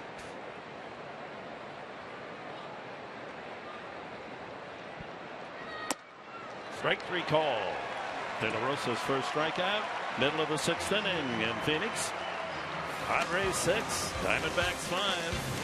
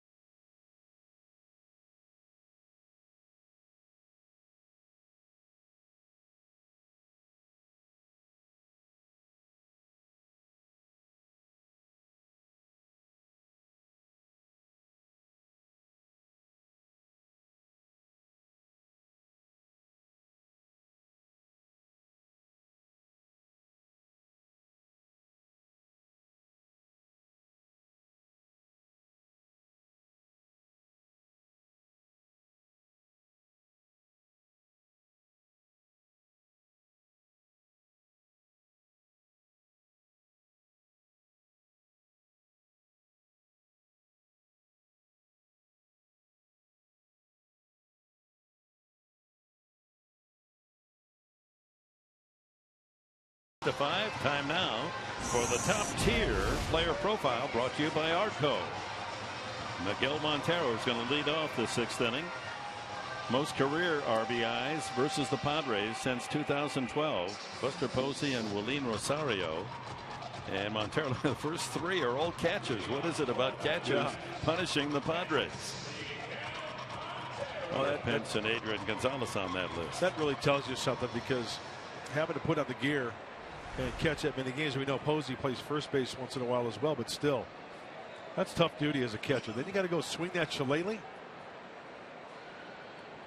They should get a bonus, shouldn't they? It amazes me. I mean, in terms of toiling in this game, the catchers, they sign on for heavy duty. Montero walked the last time, flied out to left field his first at bat.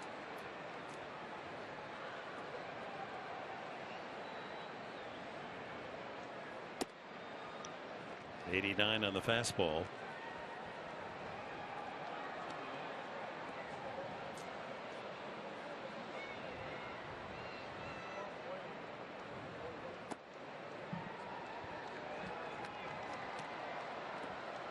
Falls behind, 3-1. Pitched him delicately the last time, walked him on 4 pitches. Oh, challenged him. Yeah, he did. Full count. 88 on the fastball, up and in just a little bit. Yeah, the Tigers have beaten Cleveland 7-2. Kansas City losing tonight. So Detroit now in first place in the American League Central by half game. Change up. Fly ball, left center, shallow. Maven. 1 away. And it's time now for the Bill Howe plays of the game. Authored by Jan Solarte. Starts a double play there with a quick field and throw. Robs the Diamondbacks of a base hit there. And yet another big play in the strong throw across. Then the charge, the ultimate play for the third baseman. Bare hand pickup and throw, and got Trumbo. 3 outstanding defensive plays. Unfortunately, on the other side, a very costly error that led to 3 unearned runs in the 5th. So the good and the bad, it's all packaged in each game. Cody Ross was the man who hit that ball deep to third, right on the line, that Solarte able to dive and make the play. And he grounded into a double play, 6-4-3 the last time.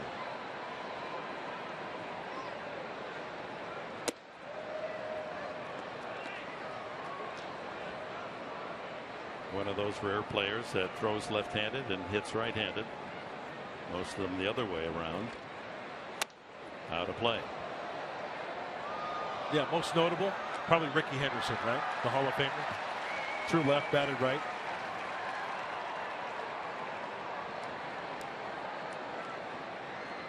'80th pitch coming up from the 34-year-old Hoosier.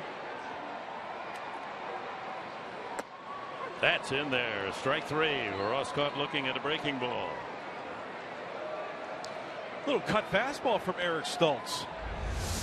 And this is pinpoint control. Watch the glove of Rene Rivera. Doesn't even move. Second strikeout for Stultz.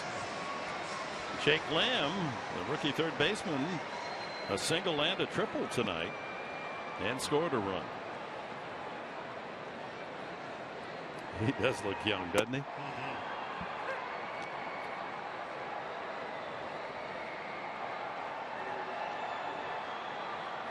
He's 23, native of Seattle. 1-1. Attended the University of Washington. Tim Lincecum's alma mater. Huskies. Oh, I got one for you, though. 1-1. Bring it on, Professor. Well, the starting pitcher, Vidal Nuno, went from San Diego, Sweetwater High in National City, to Baker University. The Baker Bakers. 2-1. Inside.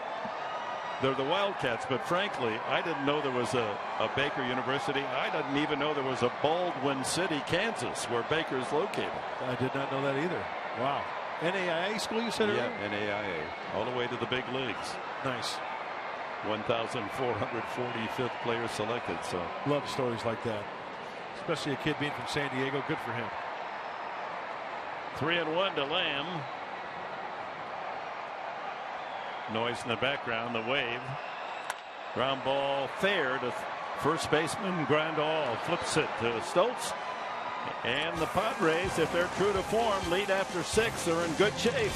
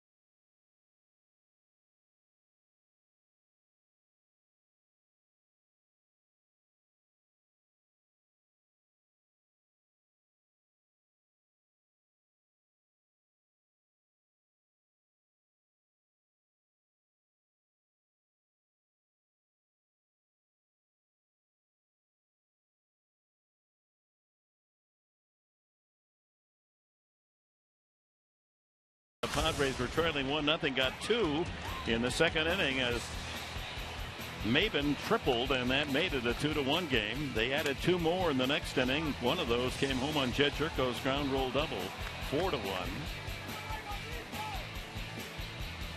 And Rene Rivera made it 6-1 in the 5th inning with his 10th home run of the year. However, in the bottom of the 5th inning, 4 runs for the D-backs, 3 on A.J. Pollock's home run off the top of the left field wall. And we have a 6-5 ball game. That's our Harrah's game summary. Solarte leads off the top of the 7th for San Diego. He's 2 for 3. Note De La Rosa for the putout. Well, we mentioned going to commercial that the Padres, if they are true to form, it's a good sign they lead after 6 innings. So far this year, if they have the lead going to the 7th inning, San Diego is 50-1. Hope I didn't jinx it. No such thing, Professor. That's what I need to hear. What did I say earlier regarding superstitions? Remember what Bruce Hurst told me, the left-handed pitcher, as a teammate with Padres? He said to me, superstitions are for weak minds. If you think just talking about it is going to change things, now, fiddlesticks. How am I to interpret that? Now I've got a weak mind. No, because you're not superstitious. Right, but I kind of hinted at it. No, that wasn't my intent. No, it isn't. Here's Spangenberg. Again, he has to face a left-hander. He has struck out, flied out, and sacrificed against the starter Nuno. High fly ball to center. Pollock gives ground. Boy, he's just gotten under a couple of them. Hit it well. 2 away. And as we promised you, we have the AT&T fan photo for you. Tweet your photo to hashtag SDFanPhoto. Chance to be shown in an upcoming telecast brought to you by AT&T. Robert, thank you for joining us. Yeah. Bobby Highwind, huh? Good company. Yep. Jed Jerko, RBI double and a couple of ground outs. He's had a good trip. 4 doubles and a home run on this road trip. And now at the 50 RBI mark.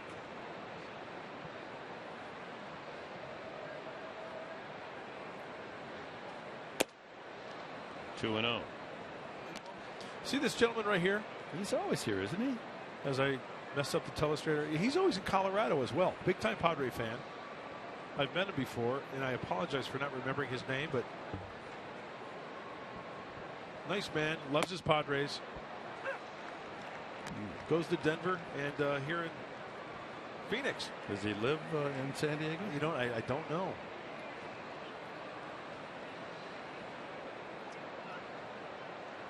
Two and one to Jerko. Off speed breaking ball. There he is. See, I got the telestrator right. See, now this is an arrow. That's him right there. And then he's number one according to us.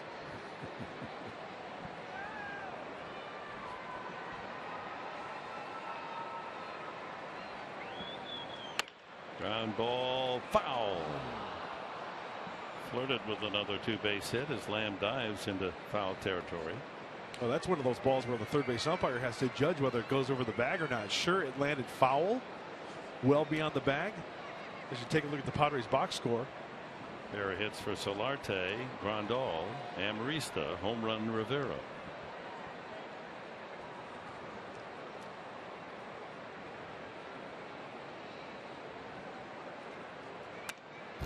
Stays alive. Well, don't forget, folks, final homestand coming up, and it's a good one. The Phillies are in starting Monday night for 4. The Giants in that pennant fight with the Dodgers in next weekend, Friday, Saturday, Sunday, and then Colorado will close it out Tuesday, Wednesday, and Thursday.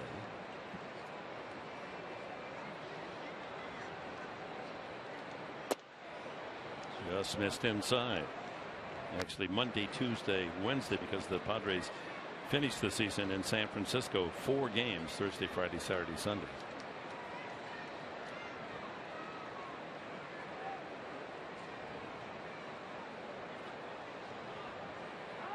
Brown and gold Padres uniform of the past. Present tonight. Nick Vincent and Alex Torres have been throwing in the bullpen that last inning.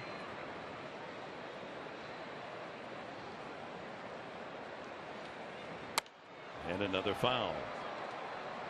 Rivera, home run hitter, on deck. Yeah, the Padre lead in home runs is 12. Rivera could wind up, if he got hot here going down the straight, he could be the home run leader this year. And Brian Versailles, that's Brian. I just got a message from a Padre faithful. That's Brian. He lives in Denver, so he's making the trip to the Grand Canyon State and rooting on his Friars. Love that. That ball driven into the left field corner, but hooking foul. Petco Park is the place to be. When? Friday, September 19th. Padres are going to face off against the Giants at 7:10. The party starts early with the final Padres Beer Fest of 2014. Great craft beers, local and national breweries at the Park of the Park. The party begins at 5. Beat the lines. Get your tickets, get your Friar funds and t-shirt early at padres.com/beerfest. When do they open the taps now on that Friday night? 5 o'clock. Ground ball into the hole. Scooping it is Pennington and throwing out Jerko. 1, 2, 3. De La Rosa doing a good job. 2 innings of relief.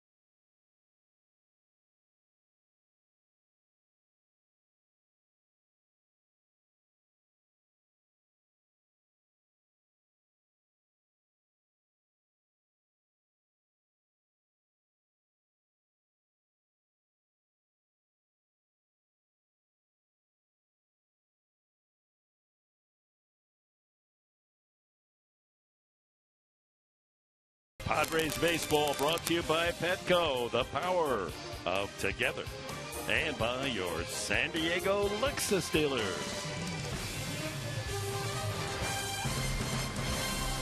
With Mark Grant and Kate Osborne, Dick Enberg here at Chase Field in downtown Phoenix.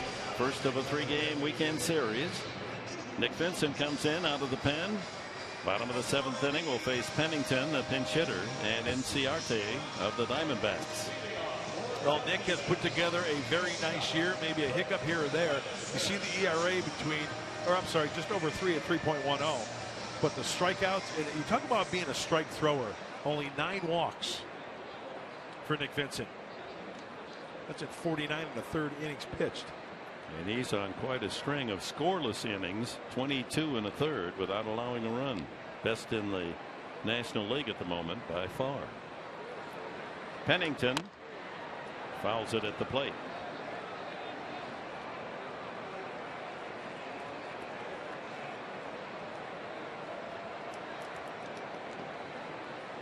Well, the 50-1 record leading after 6 innings is the best in Major League Baseball, and certainly testimony to a tremendous year collectively for the bullpen.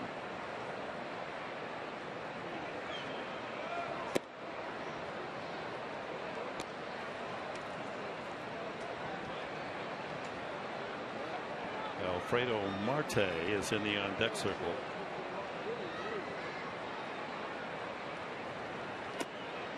The inside 2-1.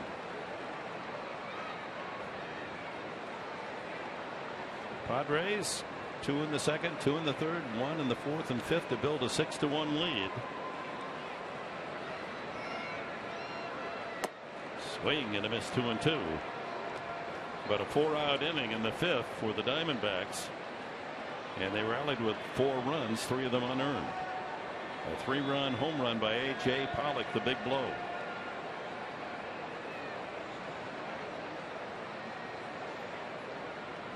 Struck him out. 1 away as Pennington goes down swinging, and here's Marte, the pinch hitter. This is the cut fastball from Nick Vincent going backdoor right on the outside corner. Kind of a defensive swing also from Pennington. Big first out for Nick Vincent. Marte hitting only 175, but as a pinch hitter, better, 4 for 14 with a home run.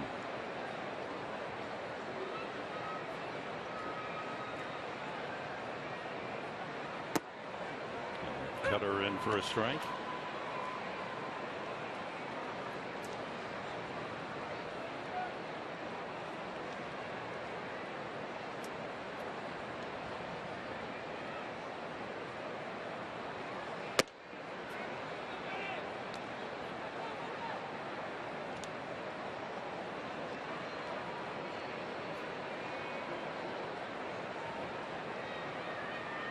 Marte, one of the many rookies on the Diamondbacks roster this year, and he works the count to 2-1. He's 25 years of age, from the Dominican Republic.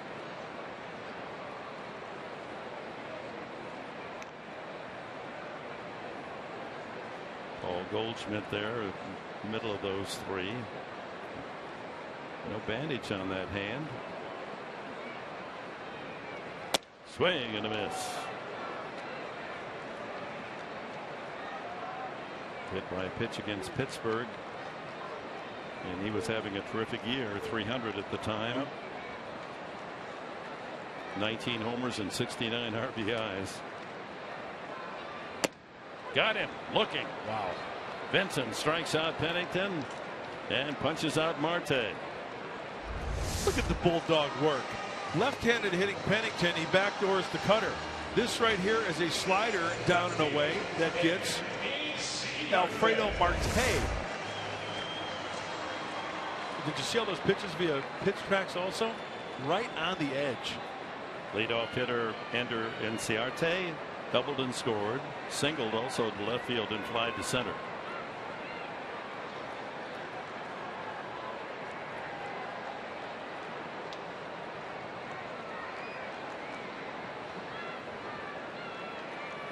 So Vincent now in exactly 50 innings of relief has struck out 58 batters.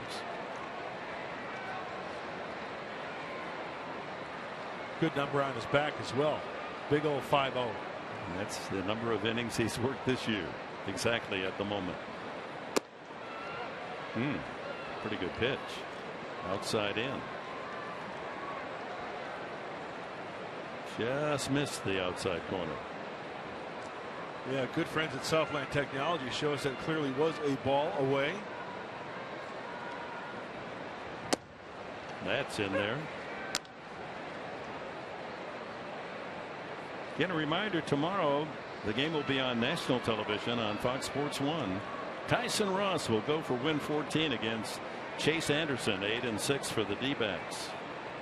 4:30 for the pregame.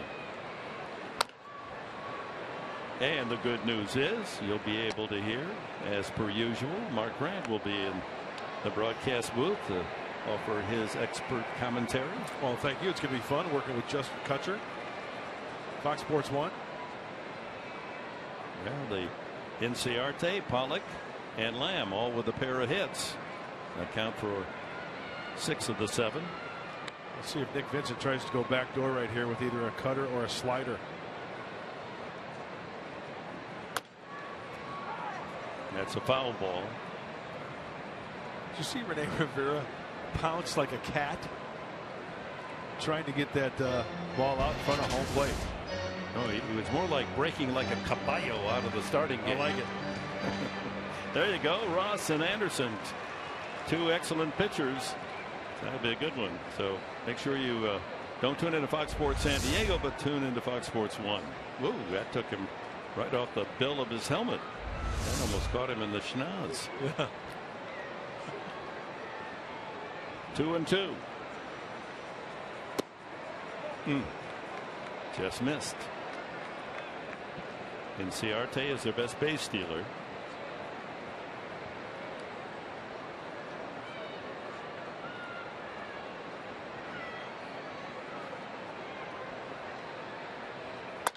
Lined right to the glove. A first baseman ground ball.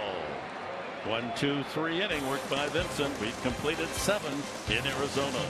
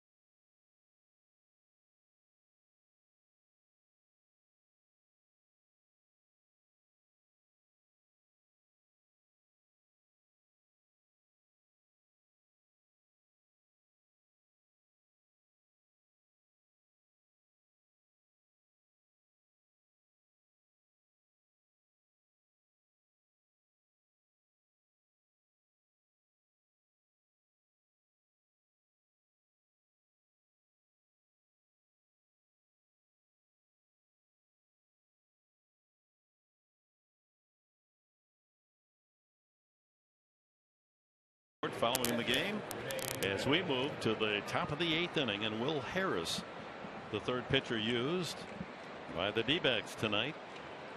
He's 0-3, high ERA. Opposing hitters batting .264. Well, hopefully the Padres can add on here in the top of the 8th as it's getting late. Rivera homered his last time up. Be nice to have a little bit of insurance with the 6-5 lead. Harris throws a fastball, curveball, and a changeup. Low 90s. Fooled Rivera on that pitch. 1-1. Last time up, he got one he liked and deposited it into the bleachers in left field. Number 10 on the season for Rene. That's it, Caballo.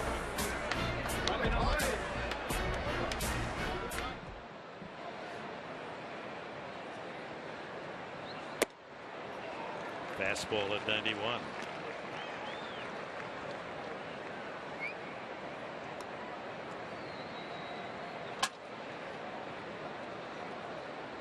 One-run games, reflecting again good pitching. Padres with the best winning percentage in the National League.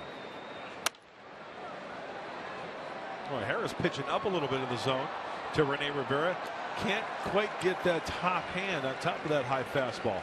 2 times in a row he's gone fastball in and up a little bit. Let's see if he goes with the breaking ball down and away as he did earlier in the at-bat.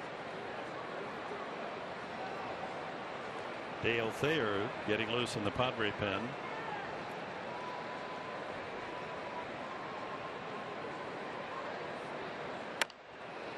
Roll foul. We touched upon it, but with the studying of candidates by Tony La Russa of the next general manager here, it has been announced that they are not going to wait for the new general manager to be hired to make a decision on Kirk Gibson. That decision will be made before the end of the season. 1-2. By Gibson, a good man. We hope that he will maintain his position. Skipper, National League Manager of the Year a couple years ago.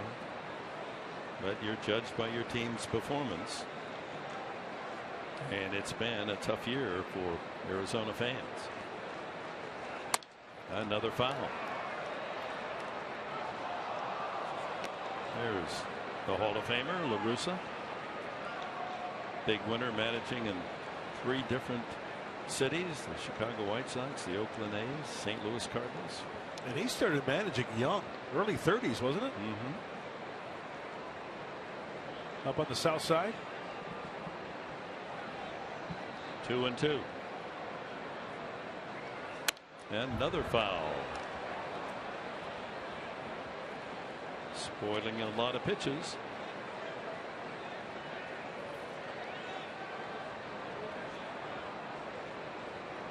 You got to be short, quick to that breaking ball if he throws one right here, especially if he locates it down and away. Grandal and Liriano to follow here on the top of the 8th. Strike 3 called, says DJ Rayburn. Rivera didn't agree. Pretty good hammer right here from Will Harris. Yeah, that's a good pitch.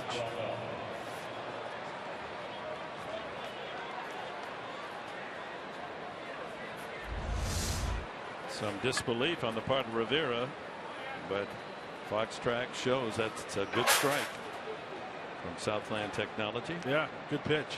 Grandal, a couple of hits tonight, batting right-handed, which that's a good sign because he's had his troubles from that side. But a couple of singles, including an RBI base hit, and he struck out the last time, hitting left-handed for the first time.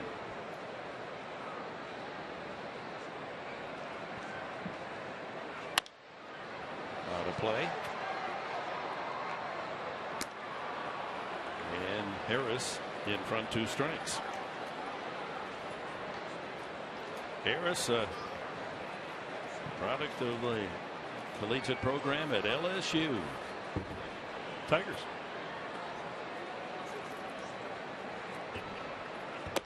Outside.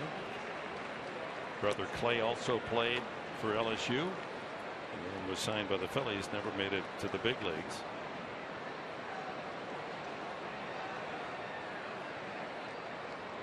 Big guy, 6'4" and 225.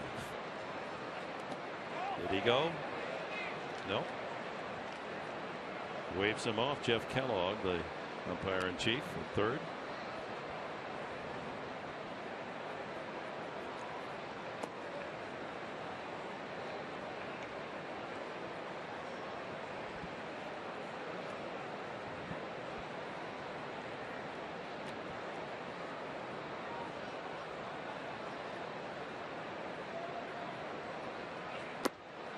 Misses, and the count full to Grandal.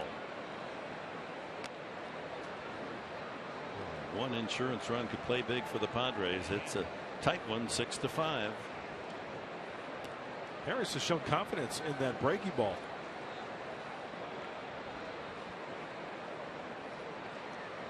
Well, there should be a nice crowd tomorrow night. You can see in the background Paul Goldschmidt bobblehead night here at Arizona. Very popular players, you can imagine.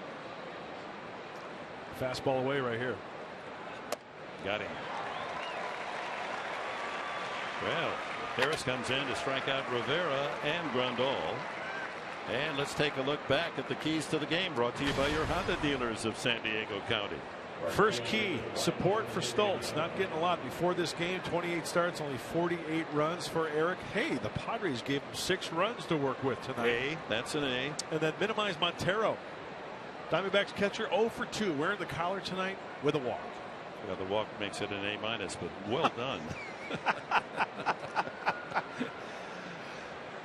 Liriano has grounded out all 3 times. Did knock on a run with a ground ball in the second inning with a man at third. You know what? I wish I could go back in time to when you're settled down at home and you've got all your papers from the homework and you're going, you got your red pen out and going, no, that ain't going to work. What is this kid thinking? Oh, well, maybe nice try next time.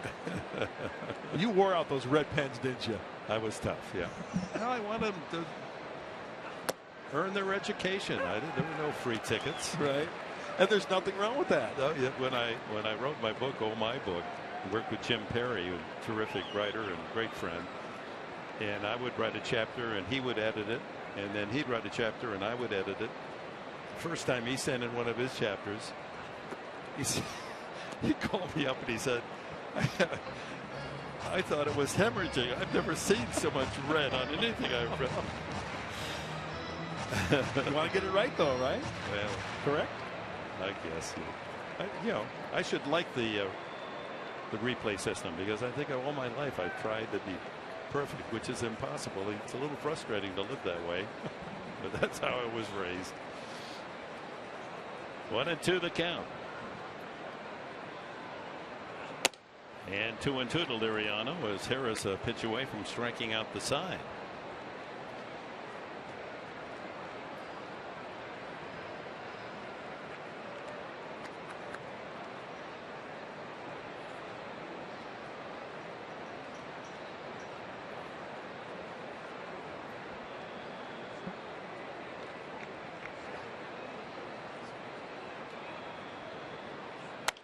Out of play.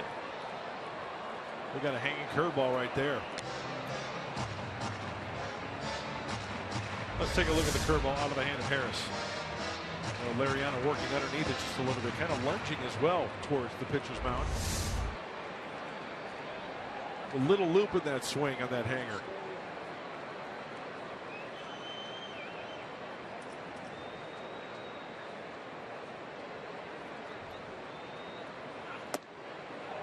Good check there on the high fastball. 3-2. Checking the scoreboard, Pittsburgh wins again tonight, beating Chicago. They've won 8 out of 9. The Pirates battling behind St. Louis. The Cardinals won as well, so they're 2.5 back of St. Louis. So they're still in the hunt for a wild card. There you see the Giants score as well in the 5th, 4-0. And a high fly ball sliced to right. Long run. Ross says right at the wall, can't get there. This copyrighted telecast is presented by authority of the San Diego Padres. It may not be reproduced or retransmitted in any form. The accounts and descriptions of this game may not be disseminated without the express written consent of the San Diego Padres. Smooth. Thank you. You're going to get a chance to read that on national. Well, you don't read it. You have it memorized on national TV. I hope they give you that opportunity, because no one on national TV has done it better than you. So go get them. I will. Hubba hubba. Full count. Liriano. Here comes a fastball.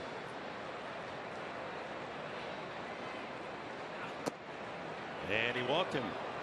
So a couple of strikeouts. Now a walk to Liriano. And that'll bring up Cameron Maybin. Maybin with a big hit in the game, a triple back in the second inning, knocked in a run. Flied out and grounded out since. Joe Patterson just called up from Reno after their playoffs. The left-hander warming up.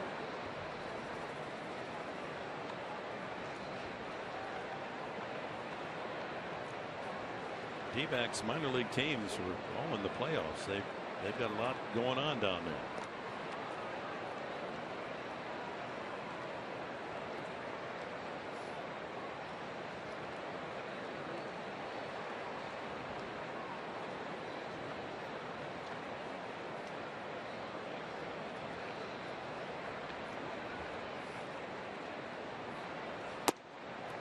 Strike.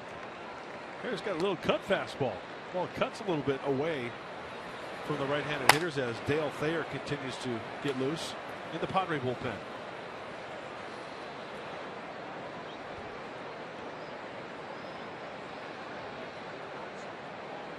Liriano bluffing as if he might try to steal that last pitch. Joaquin Benoit, he's been on the chair for a long time. Yeah, shoulder's been barking.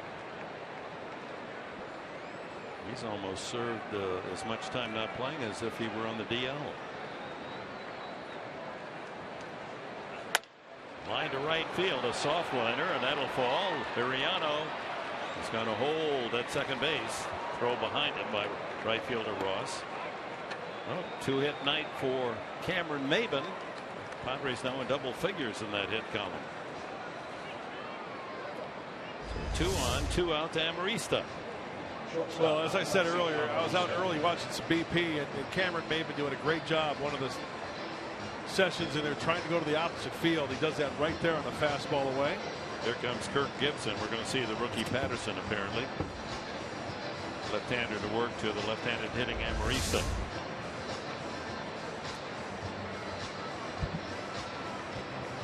Maybin will just come over to the bench to deliver his hitting gloves. And here comes a pitching change. 2 outs, 2 on in the 8th inning. Padres with a 1-run lead.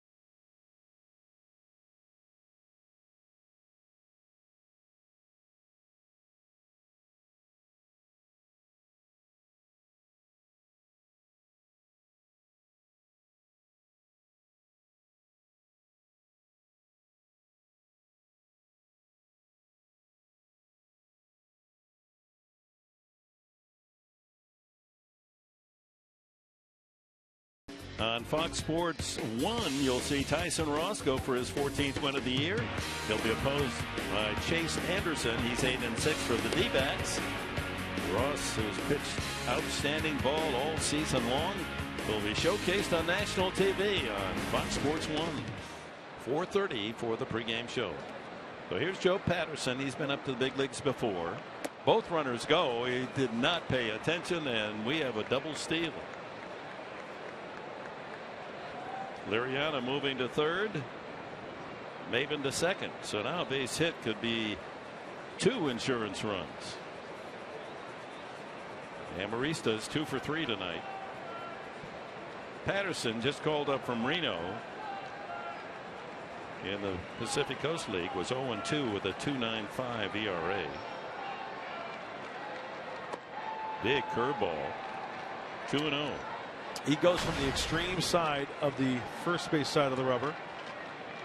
For the Aces in Reno, 56 games as the ERA that Dick just mentioned, 2.95. So low 3/4 arm angle and sweeping breaking balls. Fly ball to right, hit pretty well. Back goes Ross, hits it very well, and he is just shy of the home run. Right at the wall as Amarista flirts with a big one, but it stays in the yard, and it's still 6-5.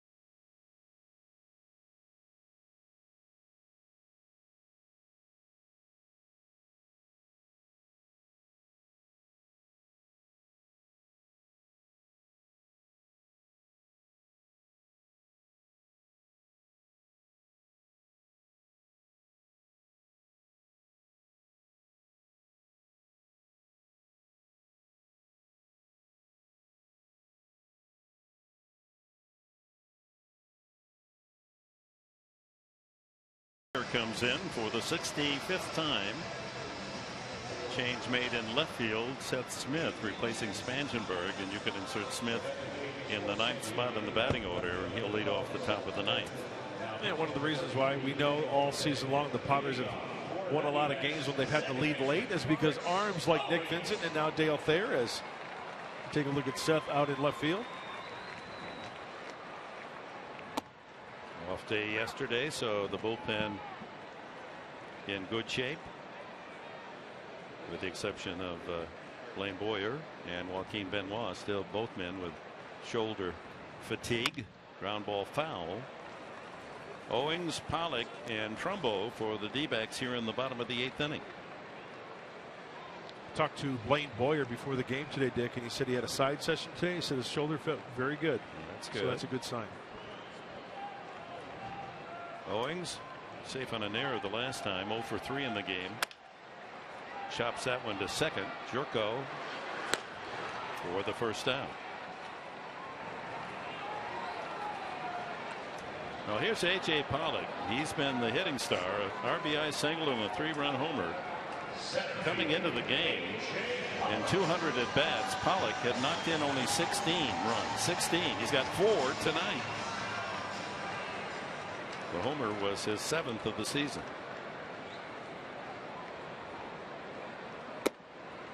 Right. Off speed, a slider.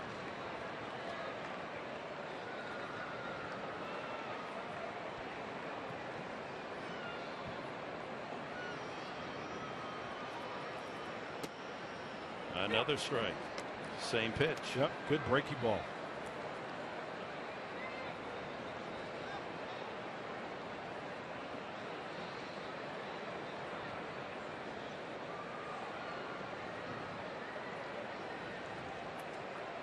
bounces, 1-2. Here's the home run for the former star at the University of Notre Dame, just to the top of the wall in left center field. But neither Spangenberg or Maven could get there to make the catch and keep it in the ballpark. A 3-run shot.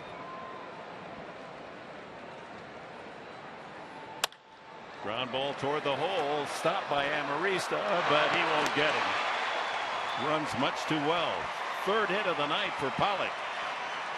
Well, he's had 200 bats, hitting .315, so it's no accident to see him deliver another base hit. So the tying run on with 1 out here in the 8th. Pulling a little bit in the hole. You see Alexi playing a little bit towards second base. So the 2-hopper, 3-hopper is a heck of a play. But as you mentioned, Dick, the speed of Pollock. Nice pick by Yasmani as well. Keeping that ball in front of him in his glove rather than going possibly into the stands. Yeah, that was risky throw by Amarista. He wasn't going to get Pollock. Here's Trumbo. Grounded into a double play. 5-4-3. Grounded again to third. Good play made by Solarte. And this is a double play ball to Jerko. Good hands. 4-6-3 on the dig by Grandal. Oh my. Another double play. Boy, good hands. Jerko. And a terrific scoop by Grandal to complete the 4-6-3 double play. Look at that. Dig by Jerko. 1-hop throw. Yes, sir. We go to the 9th. 6-5 Padres.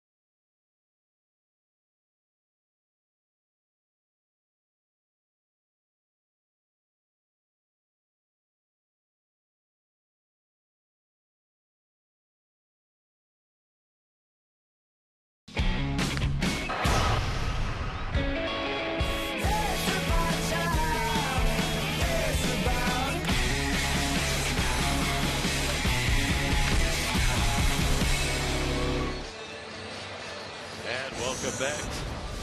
Chase Field in downtown Phoenix, Arizona, the first of the 3-game weekend series. Padres with a 1-run lead. It's going to be Tommy Medica. So Smith was not inserted into the 9th spot, but he's in the 2nd hole in the batting order, replacing Spangenberg straight up. Medica batting 4th there. How about the double play ball tonight? 3 of them for the Padres infield. Great hands, great play all the way around. Jed Jerko, that one nearly ate him up. But he got on the short hop and turned it nicely. So Patterson comes out, warms up, and then just before throwing the first pitch to Medica, as a left-hander, Kirk Gibson decides, I'm going to bring in a righty. Jake, how are you?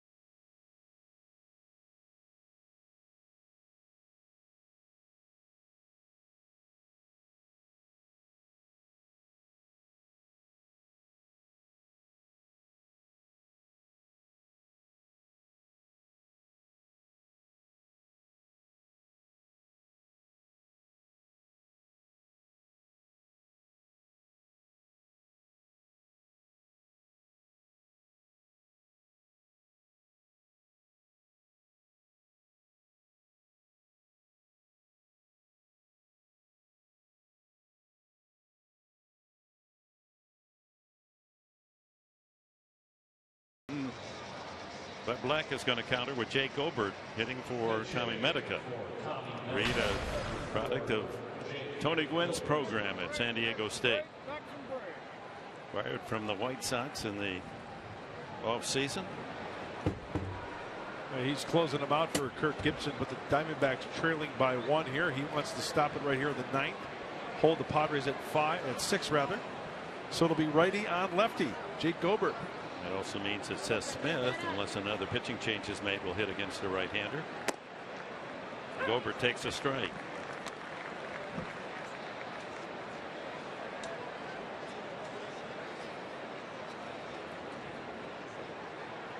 Last 3. Wednesday at San Francisco, 3 hits and a run. 1-1 to Gobert, who's hitting .244 as a pinch hitter. Good job. 6 for 17. That works out at .326. So off the bench, he's delivered.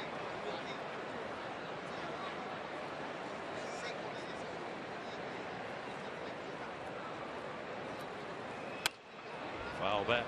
Oh, he had a fat one to rip at right there. There it is. 6 for 17 with 3 RBIs as a pinch hitter this year. That last pitch that came in there looked as big as a pumpkin. Oh, I know where you're going with that one. Getting near Halloween now. The old pumpkin patch up there in Illinois.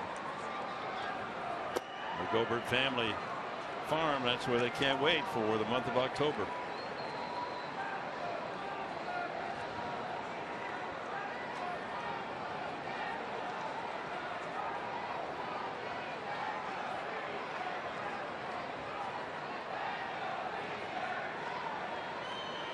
Got him with a high fastball.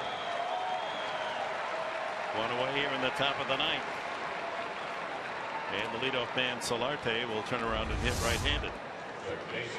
Well, Addison Reed, he wanted to bury that one down and in, but it goes up and in. Not a bad choice for the reliever. Out of the hand, looks like a good pitch. Kevin Quackenbush, the Quackmeister, getting ready.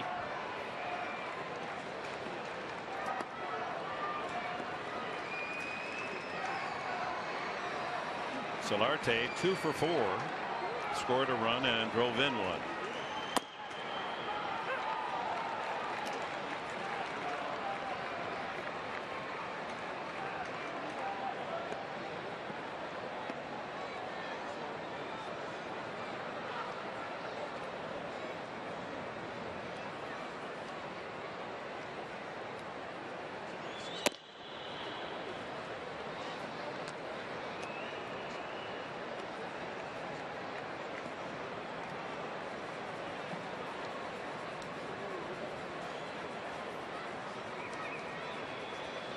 Those were giveaways tonight, but fans now flashing those lights. Ooh, broken bat, cut off nicely by Owings, and 2 away here in the 9th.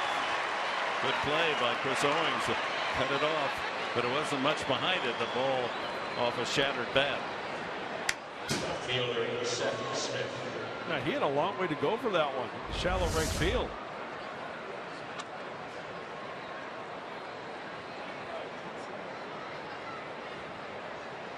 Got in his kitchen too, shattered that bat.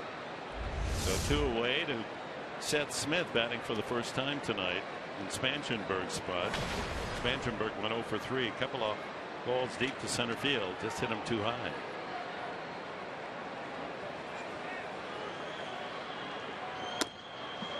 Strike 1, 93 on the fastball.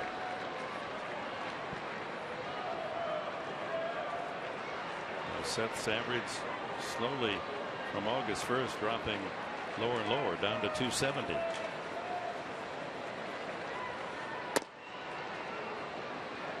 One and one.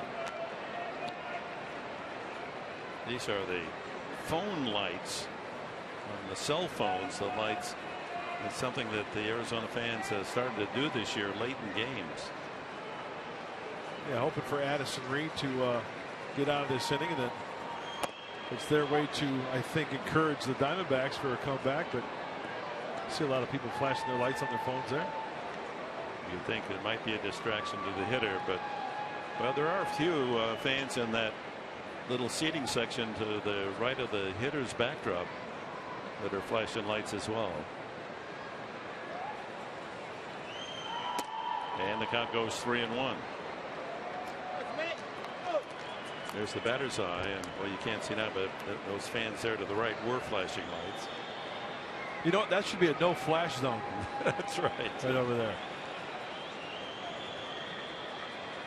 So 3 balls and a strike to Smith with 2 outs in the top of the 9th. And he's aboard. 2-out walk from Addison Reed. That'll bring up Jed Jerko. Jerko an RBI double and 4 at bats. So with a shift on now, third baseman Lamb, who is over on the second base side, goes back to his normal position. Against Reed and May, Jerko blasted one deep.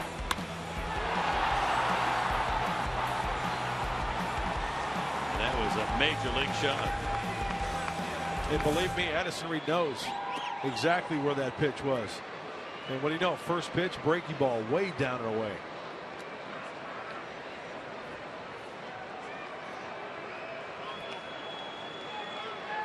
.50 home runs now. That has a nice sound to it, leading the club. The 50 RBIs, I'm sorry, 50 home runs. That would have a nice sound, wouldn't it? I'm thinking long ball. I'm thinking right there with you. That's a strike, 1-1. 92 on the fastball. Long ball would be nice right here. Reed in 54 1/3 innings pitched. He's given up 10 home runs this year. Too many for a relief pitcher. Smith at first with a walk, 2 outs. Ooh, that was Jed's pitch right there. Yeah. That was the pitch that Jed turns on and can send a long way. Fastball right on that inside edge. Yeah. Just above the knee, inside corner.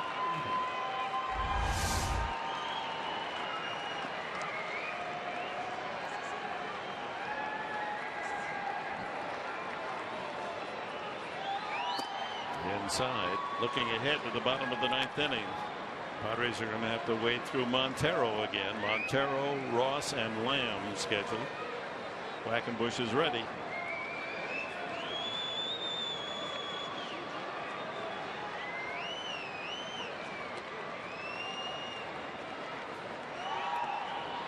In the dirt and the count full.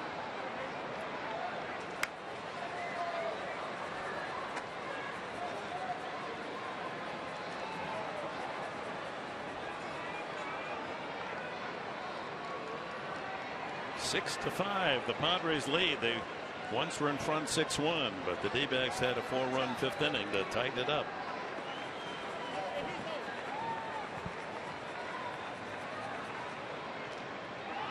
Runner goes, line drive, base hit, Jerko. That'll send Smith on to third.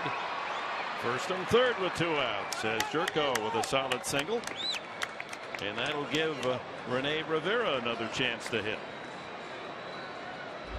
Hey, runner on the move, right? And Jed Jerko, this is a pretty swing right here. Nice and easy, doesn't overswing. And look where it's pitched, and look at where it's hit. And Seth Smith doesn't break stride.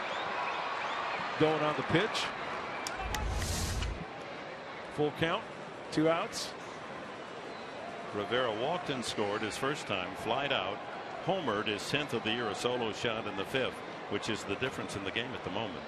And he struck out the last at bat.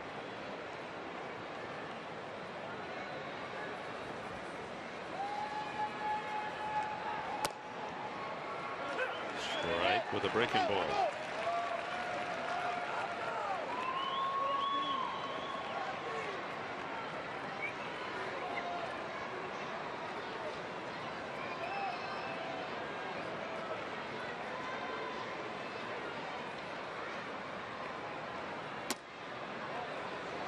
That looked better than the first pitch. 1-1.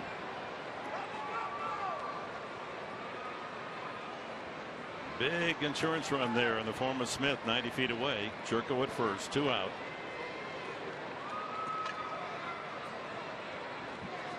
It was inside. Yep.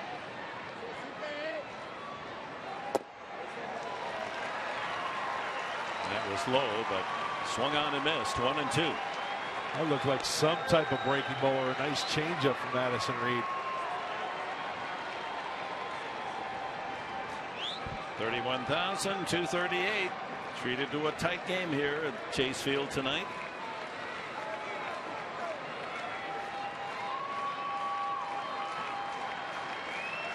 Runner goes in the dirt. And Jerko with a rare stolen base.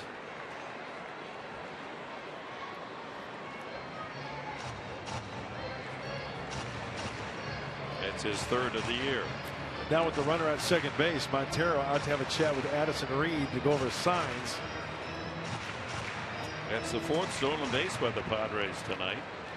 Amarista stole third back in the fourth inning. A double steal between Liriano and Maben,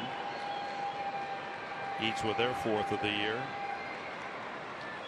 In the seventh inning, no, the eighth inning, and now Jerko, 2 men in scoring position, and 2-2 the count.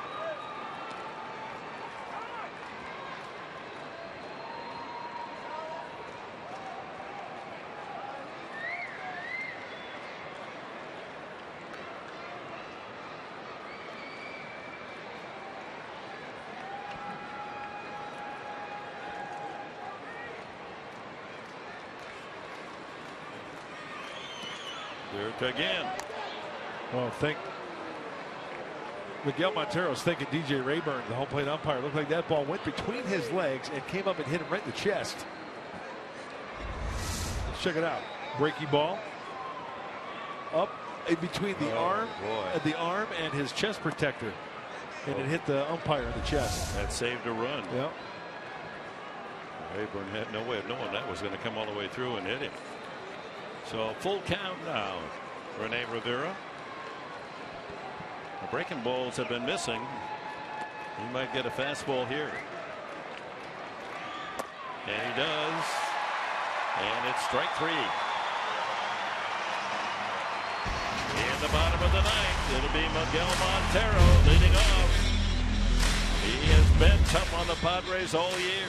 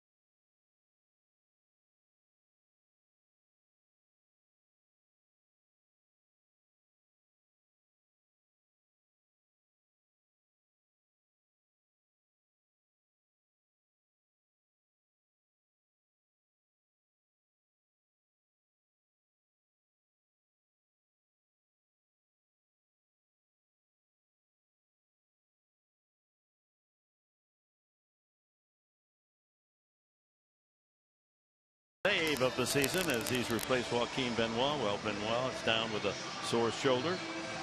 Done a good job. His batting average against 193 is the second best on the team. Second to Benoit, by the way. There are his numbers.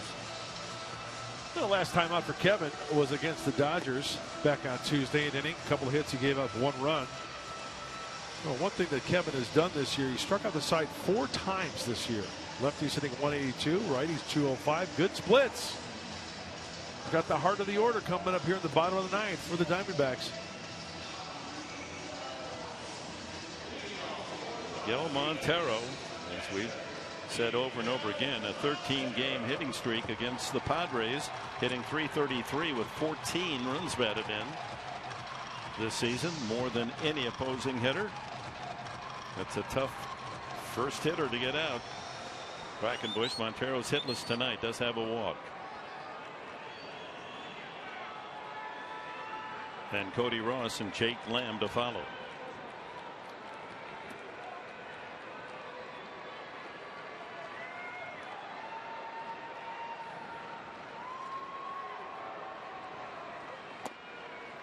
Strike one.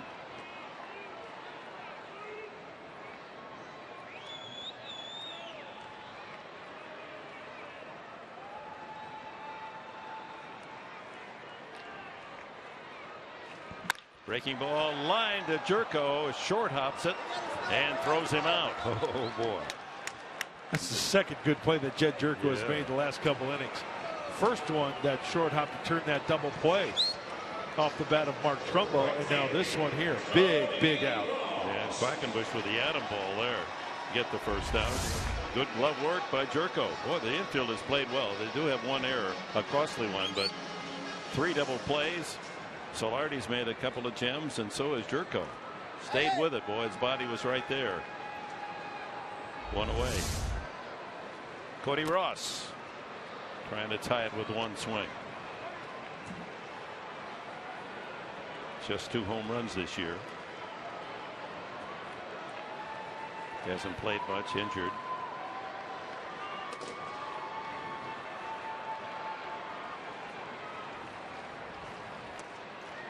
Off the edge, 1-1. Up in San Francisco, the Giants are hitting in the bottom of the 6th inning, leading the Dodgers 6-0. A win for the Giants. They're 1 game behind LA. Line to left field, playing deep is Smith. Doubles depth. So that ball's in for a base hit. The tying run on with 1 away.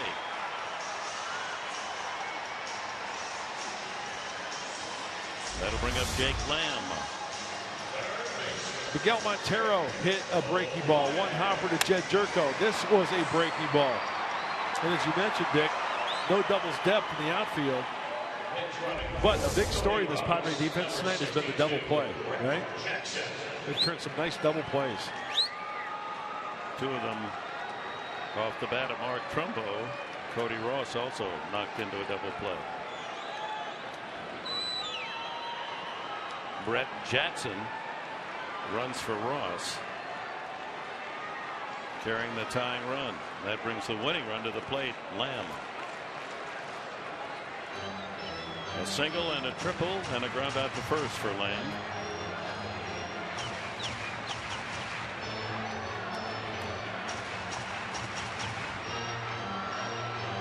Hit 3 home runs since being called up from the minors. Home run yesterday in San Francisco.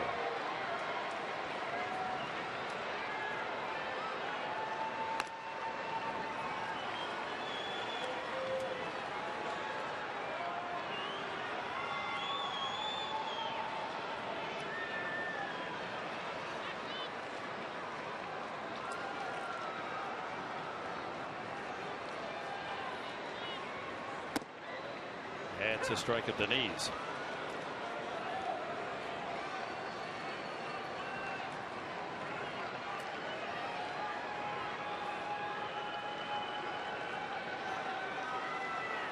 Perfect pitch. Yep. Southland Technology likes it. We like Southland Technology.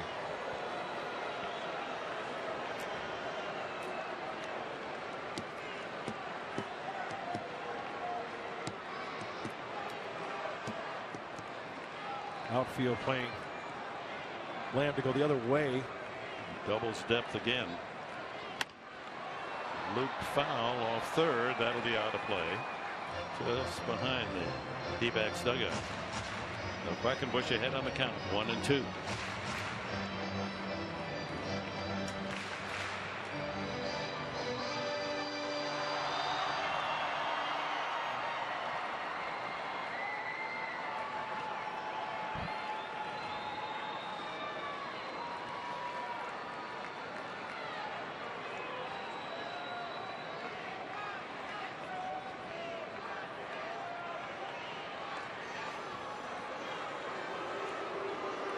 Pinch runner Jackson.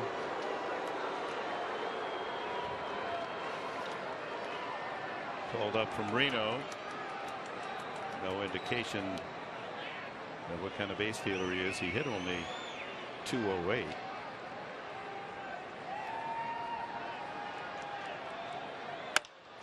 Out of play.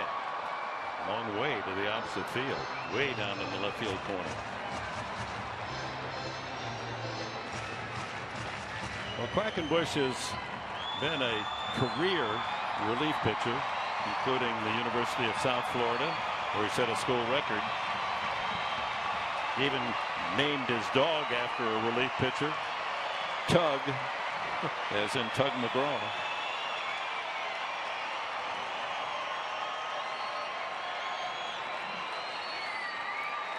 A ball, 2 strikes to Lamb.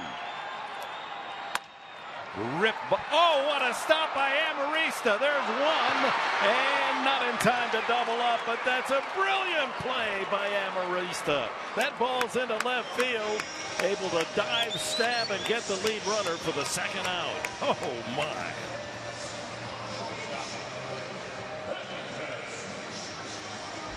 We have seen some unbelievable plays. This ball's slicing off the bat of Lamb.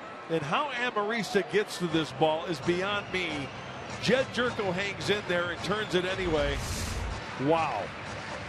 Some great infield play all the way around.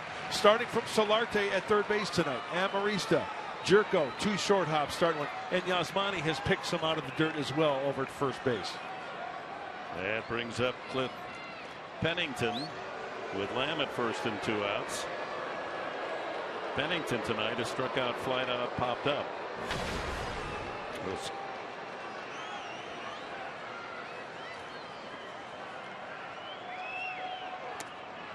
And ball gets away, but not far enough for any advance. Rivera kicks it around. 1 ball, no strikes to Pennington.